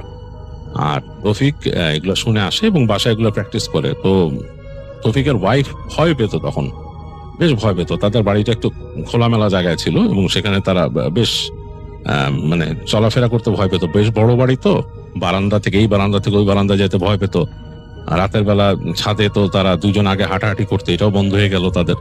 বাট আস্তে আস্তে জিনিসটা আবার নর্মাল হয়েছিল, তারা অনেক কিছু মেনটেন করে চলতো। এবং এত বছর পরেও রফিক এখনো, তাদের বাচ্চা কাচ্চা আছে, এখনো তারা এগুলো মেনটেন করে চলে, বাচ্চাদেরকেও মেনটেন করায়, এইভাবেই তারা চলে। তো যাই হোক, এই